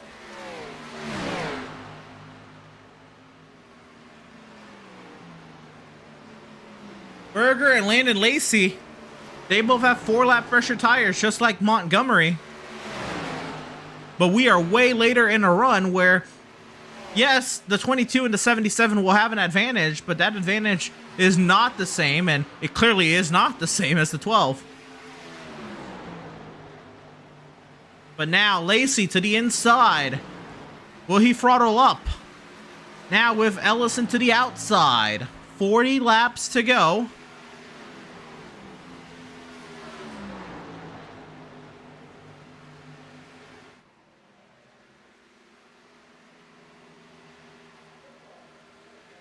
And they go side by side still. Ellison on the high side. Again, 4-lap older tires. Is fighting a lot right now. But Lacey with the 4-lap fresher tires. Now we're very long into the stint. And these drivers will almost be thinking about pit stops very soon once again. But Lacey has cleared into second. And does Lacey have anything for Montgomery? Now Seth Berger into the mix. Wants a piece of the 36. Into the inside.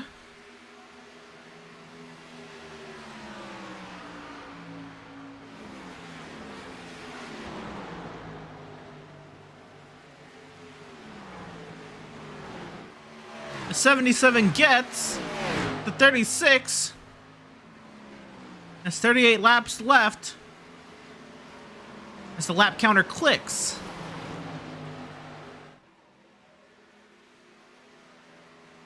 I'm sorry, 5.5 seconds. The deficit now these guys have on Montgomery.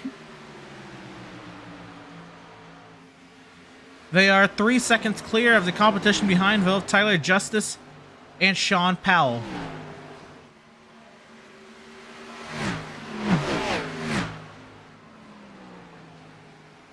For a bit here, I want to let the sim do the talking. Let the sounds breathe here. And we'll let these cars sing it to us tonight.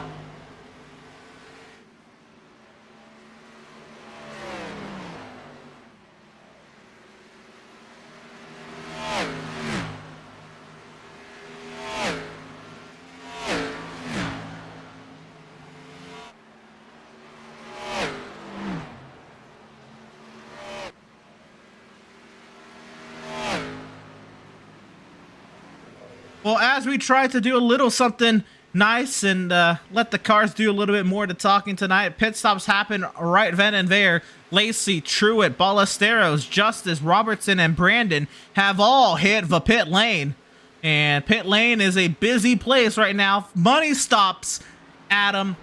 This is the make or break time.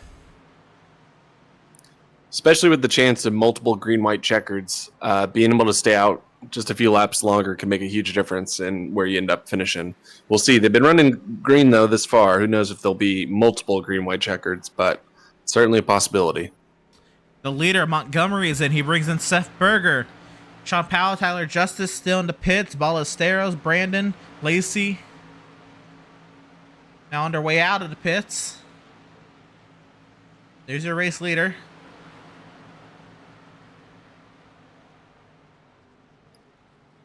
Taking 4 Goodyear tires, not just 2. Oh, not even a question at this point. Those 4 Goodyear Eagles are cooked, and everyone will gladly get a fresh, full set of those bad boys. Battle for the lead: Blake Hensley, Adrian Schumacher.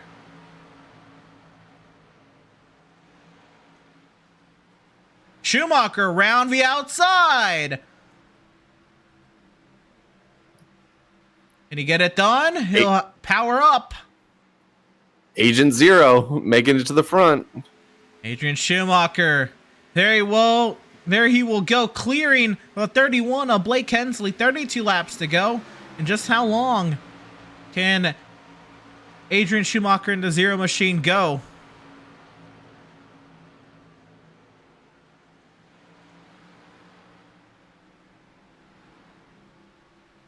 Max Service has made his way into the pit lane.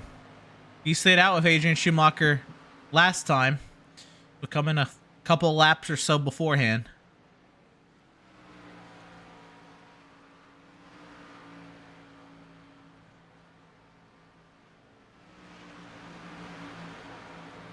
And Service down and away.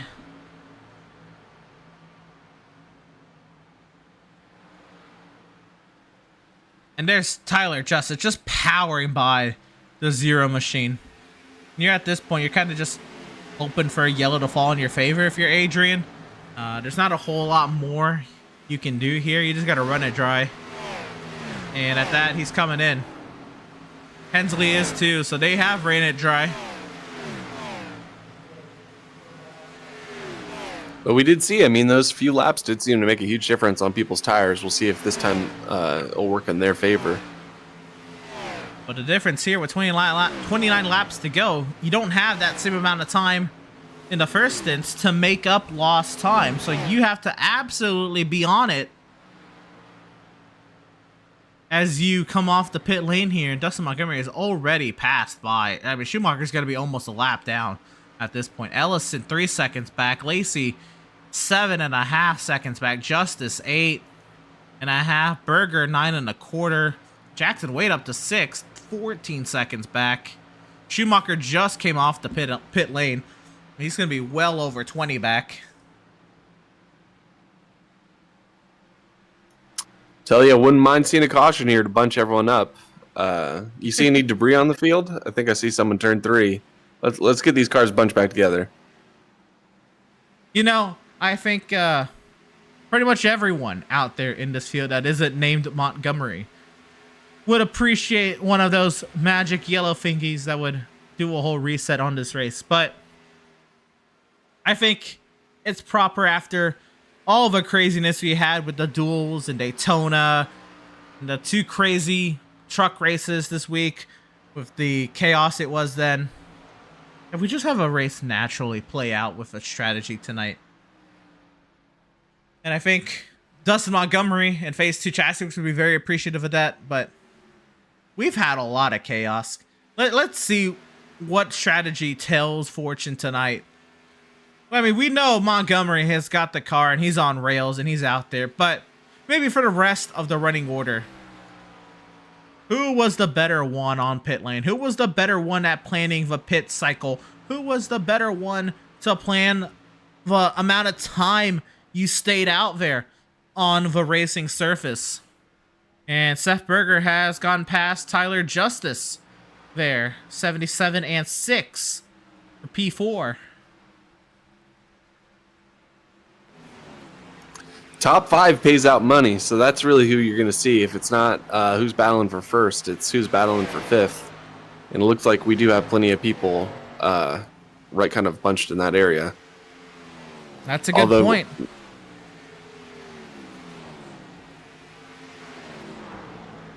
Looks like Logan Truitt is actually back 9 seconds from 5th place. We'll see if he can catch up.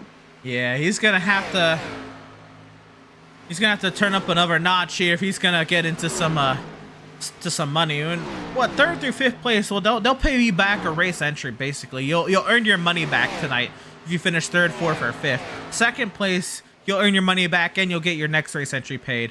And the winner, well, they'll get 3 times the race entry fee. So they'll get their money back and 2 race entries paid. 30, 20, 10 bucks, the top 3, 10 bucks 4th, 10 bucks 5th. That's what's on the line tonight. But of course, it is a much bigger prize pool when we're talking about season-long success. And of course, coming into today's race, Tyler Justice was the one who put a nice bow on everything last week at Daytona. Of course, Tyler Justice out of Phase 2 Chassis Works and the Liqui Moly number 6 machine. All 5 of those cars brought a lot of pace last week and brought all the Liqui Moly cars to shine. And tonight, it was Sean Powell, the pole sitter, and Dustin Montgomery, the dominant car since. More TV time, more dominance for Phase 2 Chassis Works and Liqui Moly, but very well played. Now, the real thing to see, Adam will be next week. Which of these guys are the roadies? Are the road ringers, if you will? I'll tell you one name. Adrian Schumacher. That is going to be a fast guy next week. Oh, road racing's in his blood. I mean, come on now. Schumacher. Oh, well, with the name? Yeah. But just in general, like, kid is lights out when we go to a road course, and these Xfinity cars, these B cars, these Z-Gross cars, they fit his wheelhouse there. It'll be interesting to see who else will rise to the occasion when we head to Sonoma. And Sonoma's short. That's a fun track, man.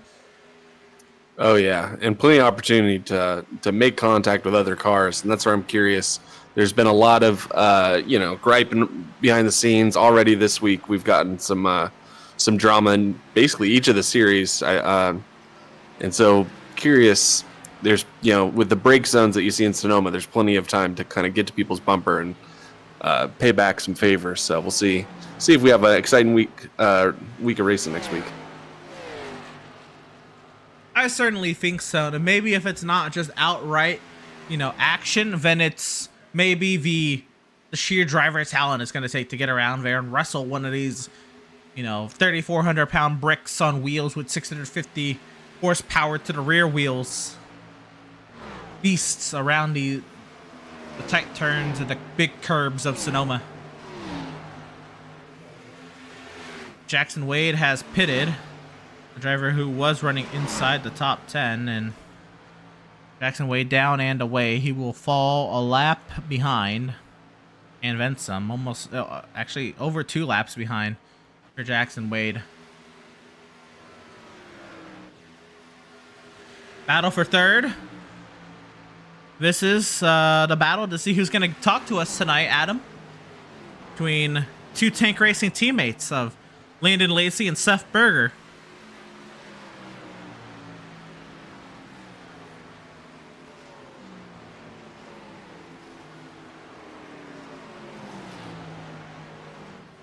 And Berger to the inside. He'll power up.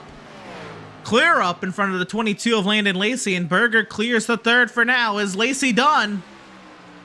It looks like he's blocking a bit too. They're not giving each other an inch. It's going to be interesting if that gives time for 6th and 7th to catch up. Absolutely. Speaking of 6th, Max Service was outside the top 10. When the pit cycle ended, Max Service is up to 6th. And he is 6 seconds back at Tyler Justice. I wouldn't count this 81 car out yet. This 81 could break into the top 5.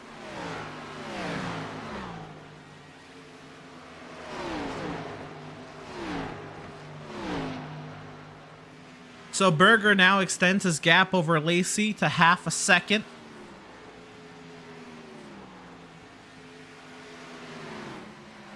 And the gap here between Hensley and Schumacher, I think Schumacher just made this overtake.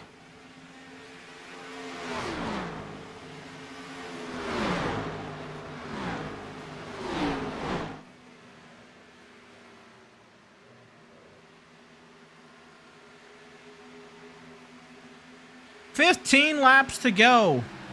135 laps complete tonight out of 150 big ones. It's all been the 12 of Dustin Montgomery. We saw 3 cautions tonight. 2 for incident.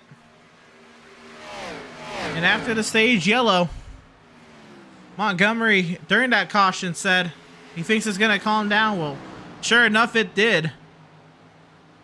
We've gotten ourselves a nice, long green flag run. I think it'd be safe to say longest run on the season of green flag racing. Now looking in the 90-plus territory of green flag laps run consecutively.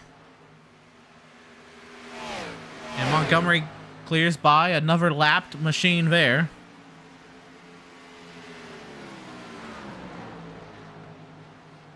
At the 46 of David Robertson in 12th. He has lapped up to 12th position. 12th car Montgomery.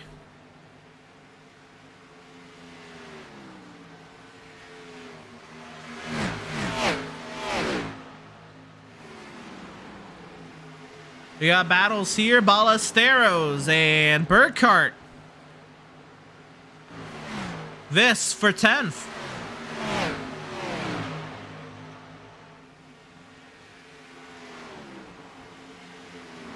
And Tyler Justice has made his move forward. He's gotten around Landon Lacey. And will Justice have anything to say about Seth Berger here before too long? So a pass up into 4 to 6 of Tyler Justice, and wanted to join teammate Dustin Montgomery on the podium. And is there enough time to make that happen?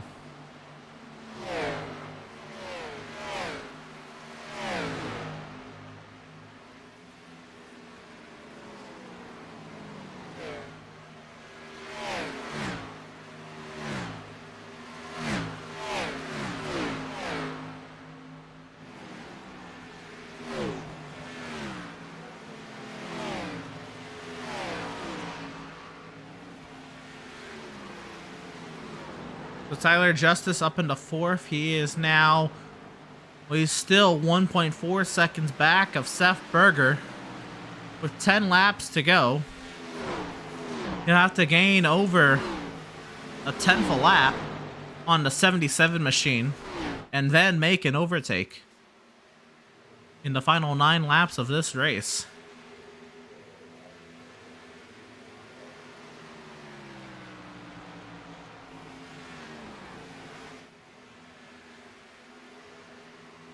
Checking back in, Burkhart. Trying to open the gap on Ballesteros. 4 at 10th position. Car up front catches the wall. That's the one of Sean Powell. Trying to run the high side there.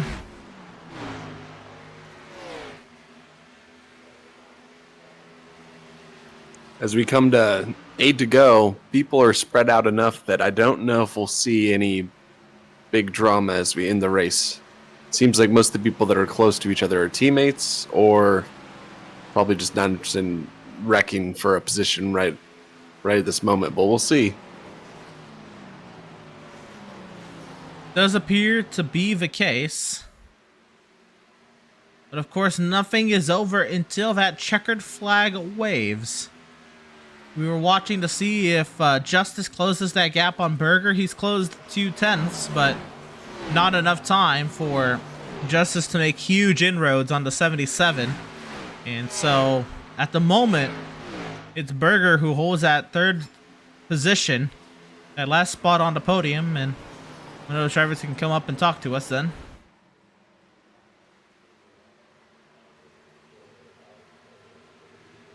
How about Gabriel Ellison in the second position? He is being caught by Seth Berger. I don't think quick enough to bring any alarm to the 36 machine, but Gabriel Ellison drove a fun race today, a clean race.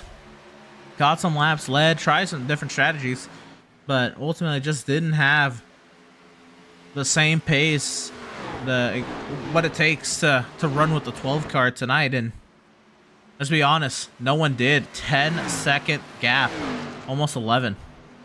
This 12 car is absolutely gone. I mean, this is a good old-fashioned butt kicking on the field by Dustin Montgomery.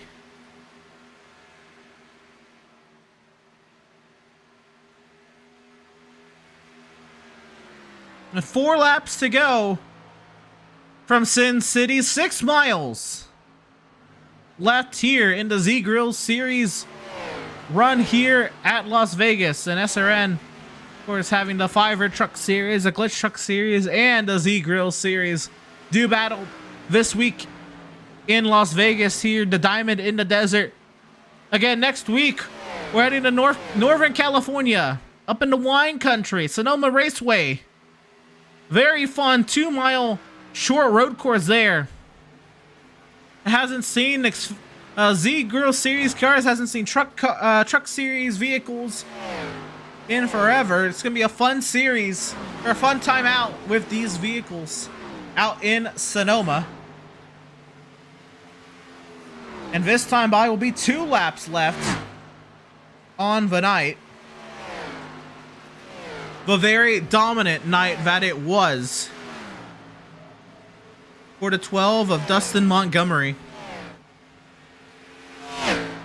as he gets to soak it in and maybe think, as he gets a little closer, what to do with those winnings, with his time here in virtual Las Vegas. The gap closes between Ellison and Berger, but don't know if there's going to be enough time for something to happen there.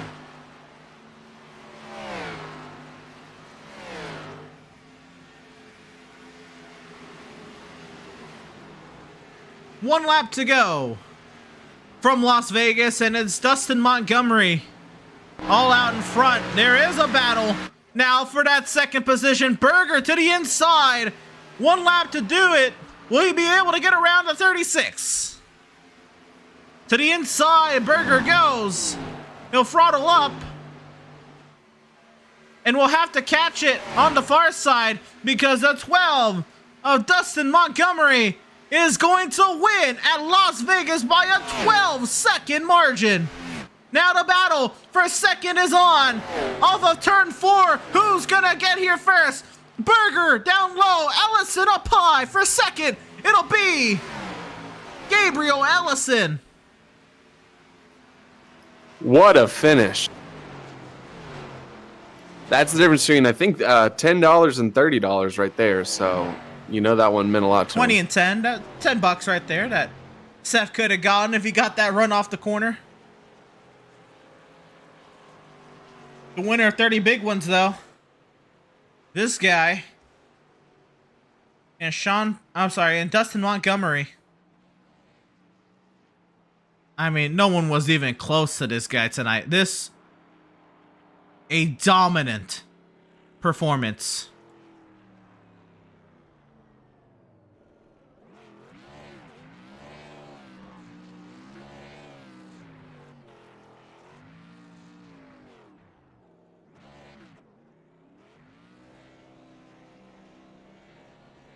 Phase 2 chassis works.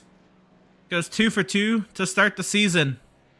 Tyler Justice, the point leader, comes home with a 4th place finish. He'll be looking to hold on to that, but Dustin Montgomery, a dominant performance tonight. And I guess that's all the celebration we're getting out of the 12 machine. And so Dustin Montgomery the driver we bring on up, and we'll talk to him. Our race winner this evening, Dustin Montgomery. Dustin, we talked to you at the stage, of course, with the stage victory, but tonight, I mean, absolute dominance from that stage victory onwards. I mean, tell us about it, man. Yeah, I don't know. Just the setup felt really good for me. I thought it turns in really well, and I think I was able to carry that through the corner to where I could put down good lap times without heating the right front too much. That made for great long run speed, and when you got long run speed with long green flag runs like that, it's going to work out. Well, it's now 2 weeks in a row that Phase 2 Chassis Works have made it to victory lane this season. It's been a lot of great teamwork, of course, with Daytona and the first stage of this race, but from then on, it was just Dustin Montgomery. I think we could separate the name a little bit from the team, because you separated yourself from everybody by 12 seconds. Dustin, does it get a little lonely out there? I mean, what kind of, I mean, I know you're a high I-rating and you run races like this all the time, but to dominate a race by 12 seconds, does that, mean a little different than maybe, winning a race by 2 seconds? Well, yeah, sure. I'm smiling pretty big right now. I'm happy with it. But when you're around fast people like I have at Phase 2 every day, it makes you that much better. Because, it's so competitive all the time. And I think, tonight was something, I had that, Tyler or Sean didn't, but I think at other tracks you'll see it reversed where, like we got some road courses coming up, and I think Tyler will, he'll be really good there, and then Sean's got his places where he's really good at. Right, that's what I was going to ask you next is Varodi out in Northern California, Sonoma, California's Sonoma Raceway. What do you feel about your chances turning left and right? I don't know. I have a lot of fun doing it. I really like Sonoma. I don't think I've ever been the fastest guy at places like that, but it'll be a lot of fun, and I'm looking forward to seeing how it shakes out. Well, there you are, Dustin Montgomery, the dominant race winner tonight here at Las Vegas. Phase 2 Chassis Works goes 2 for 2, and Dustin Montgomery, the name of the night. I mean, gone 12 seconds, gone with the wind, if you will. You won 30 big ones for you tonight in virtual Las Vegas. Are you gonna head out to those virtual casinos? Maybe hit up some virtual roulette tables or anything like that? Yeah, absolutely. I probably got a little housework to go do first, but then yeah, I'll be out there. That was driver of the number 12, Dustin Montgomery tonight. The driver coming home in that second position tonight was driver of the number 36, Gabriel Ellison. And Gabe, man, what a run there to the end with Seth Berger. Tell us about what was going through your mind those last couple laps as he was closing that gap and absolutely gave it his all there towards the end. Yeah, I've been watching the relative for, I don't know, since we come out of the pits. I watched it for 30 laps. And I was trying to pace it out to where I could save enough so that it'd be hard to pass me. But also didn't want to get caught. I thought I was going to make it to the end, but those last 4 or 5 laps, I had nothing left.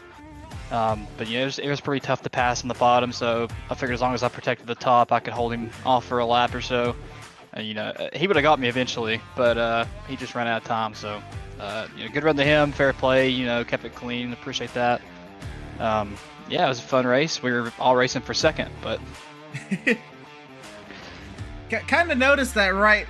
It looked like, especially before, or I guess with the yellows, and then before that first green flag pit stop, right? It was very easy for the field to stay packed up, except when Montgomery ran away, and then you got up there and you ran away, and Lacey behind you ran away from the pack. Once you broke away from that pack, it was like the tale of two races. So what was it from your point of view, the difference in racing, and why was it so easy for you to break away once you got to that certain point? Well, I think clean air is probably part of it for sure. I mean, where Dustin had a little bit of a gap on me, I could run my line and not worry about getting air dumped on my nose, because it was just get tighter and tighter as the tires went. So clean air was really important. But there was there was a certain way to get through 1 and 2 with the bumps at the bottom to still save tires that I kind of figured out by following Dustin. Obviously, I didn't do it as well, but that helped quite a bit, and I got better at saving tires as the race went on. There you are. Adam, you got anything to add to Gabriel Ellison's second place interview here? No, I guess, what's the game plan heading into Sonoma? Well, I got to practice. Practice is the game plan, because, the road courses can be tough, but the most important thing there is to keep it on the track and, limit mistakes, because they'll lose you a bunch of time. If you just keep it on the track, you'll have a decent finish. That definitely does seem to be the name of the game when we bring stock cars to road courses. I call them 3,400-pound bricks on wheels, 650 horsepower to wrestle it around with. You're going to have a blast next week, man.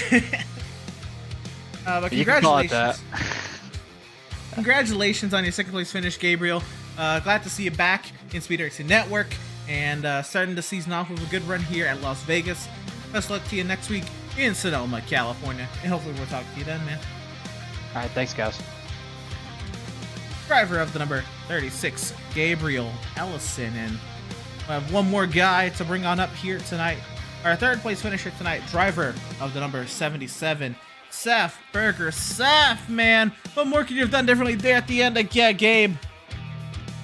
I could have roughed him up a little bit, but I don't want to make any enemies this second race of the season. But yeah, I mean, it was just too tight there in 3 and 4. I thought it would have turned better in the center, but I don't think I got to the white line like I needed to, and it didn't hook it. So I really hoped cutting the front stretch would work, but obviously it didn't. But that was fun racing.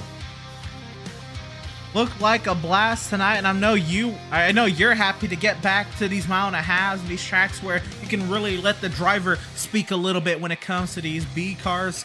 What was your feeling tonight to really get back to it, get to a mile and a half, get out there with some of the new guys, some of the familiar names, and kind of show your stuff? I think it means even more finishing third, almost second at Las Vegas for me, because I do not fare well at this track ever. I'm not that great at this track. The lines I want to run, it doesn't work well with the bumps, but it was a learning experience. Starting that far in the back and then having a couple of mistakes and still be up front was definitely a good run. But yeah, we're at a mile and a half this week, and we got Road America next, so that's real exciting. Oh, is it a Road America next for you guys? Oh, I thought it was Sonoma. Oh gosh. Did I get that wrong? I believe it's Road America. No, it is Road America. Yep, that's right. Well, I've been blasting the wrong the truck series is Sonoma. trucks at Sonoma. Right? I've been blasting the wrong track then. Oops. But Road America next week then. Yeah. Oh man, I was excited for. I mean, I'll still get Sonoma with the trucks, I guess. But I was excited to see these guys tackle Sonoma. Road America next week, man. Very long road course.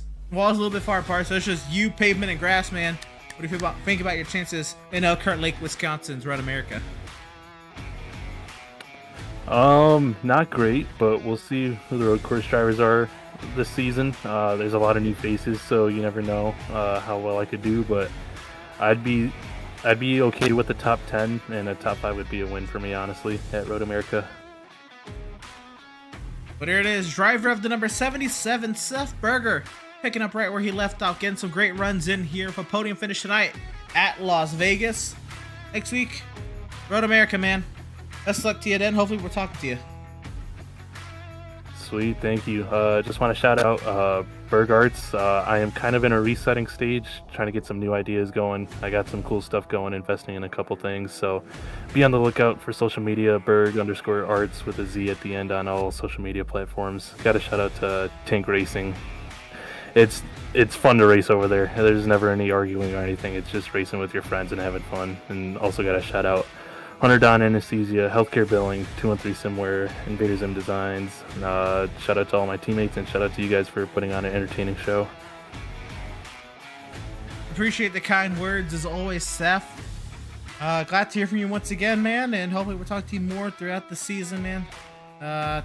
Congratulations, man. Take it easy, and then we'll see you next week, brother. All right, you too. Driver of the number 77, Seth Berger.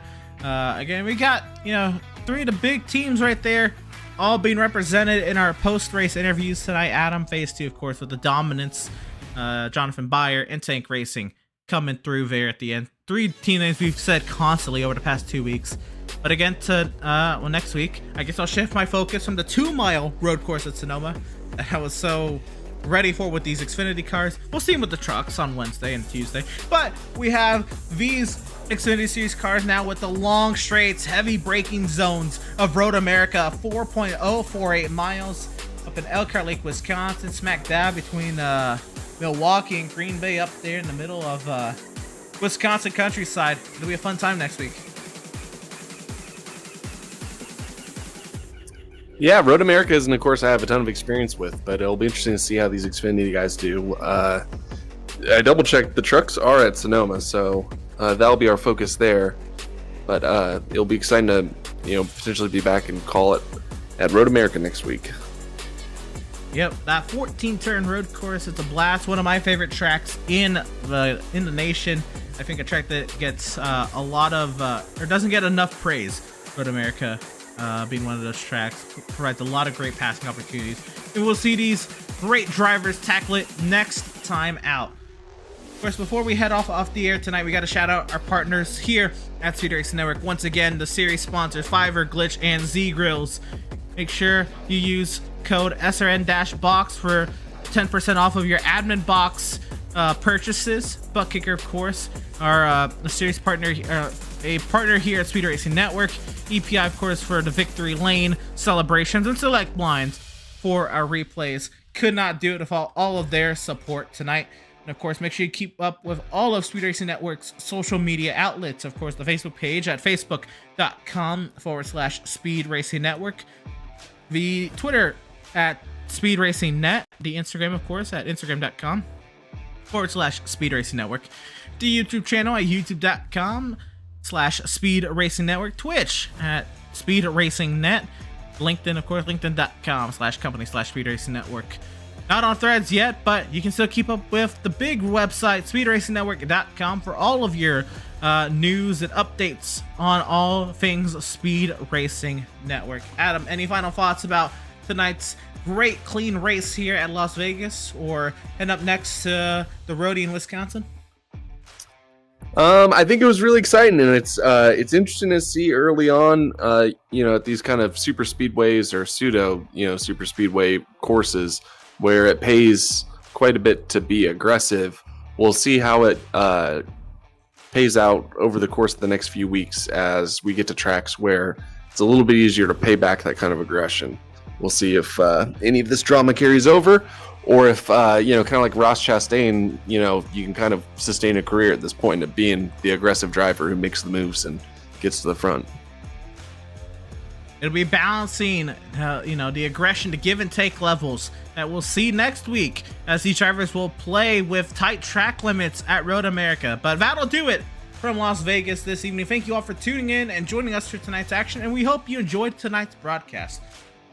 For all at Speed Racing Network, Adam Schaefer alongside myself, Emerson Arden. Thank you all so much for watching, and we'll see you next week on Speed Racing Network. The trucks take to NorCal Sonoma Raceway, and this Z Grills series takes to Elkhart Lake, Wisconsin's Road America.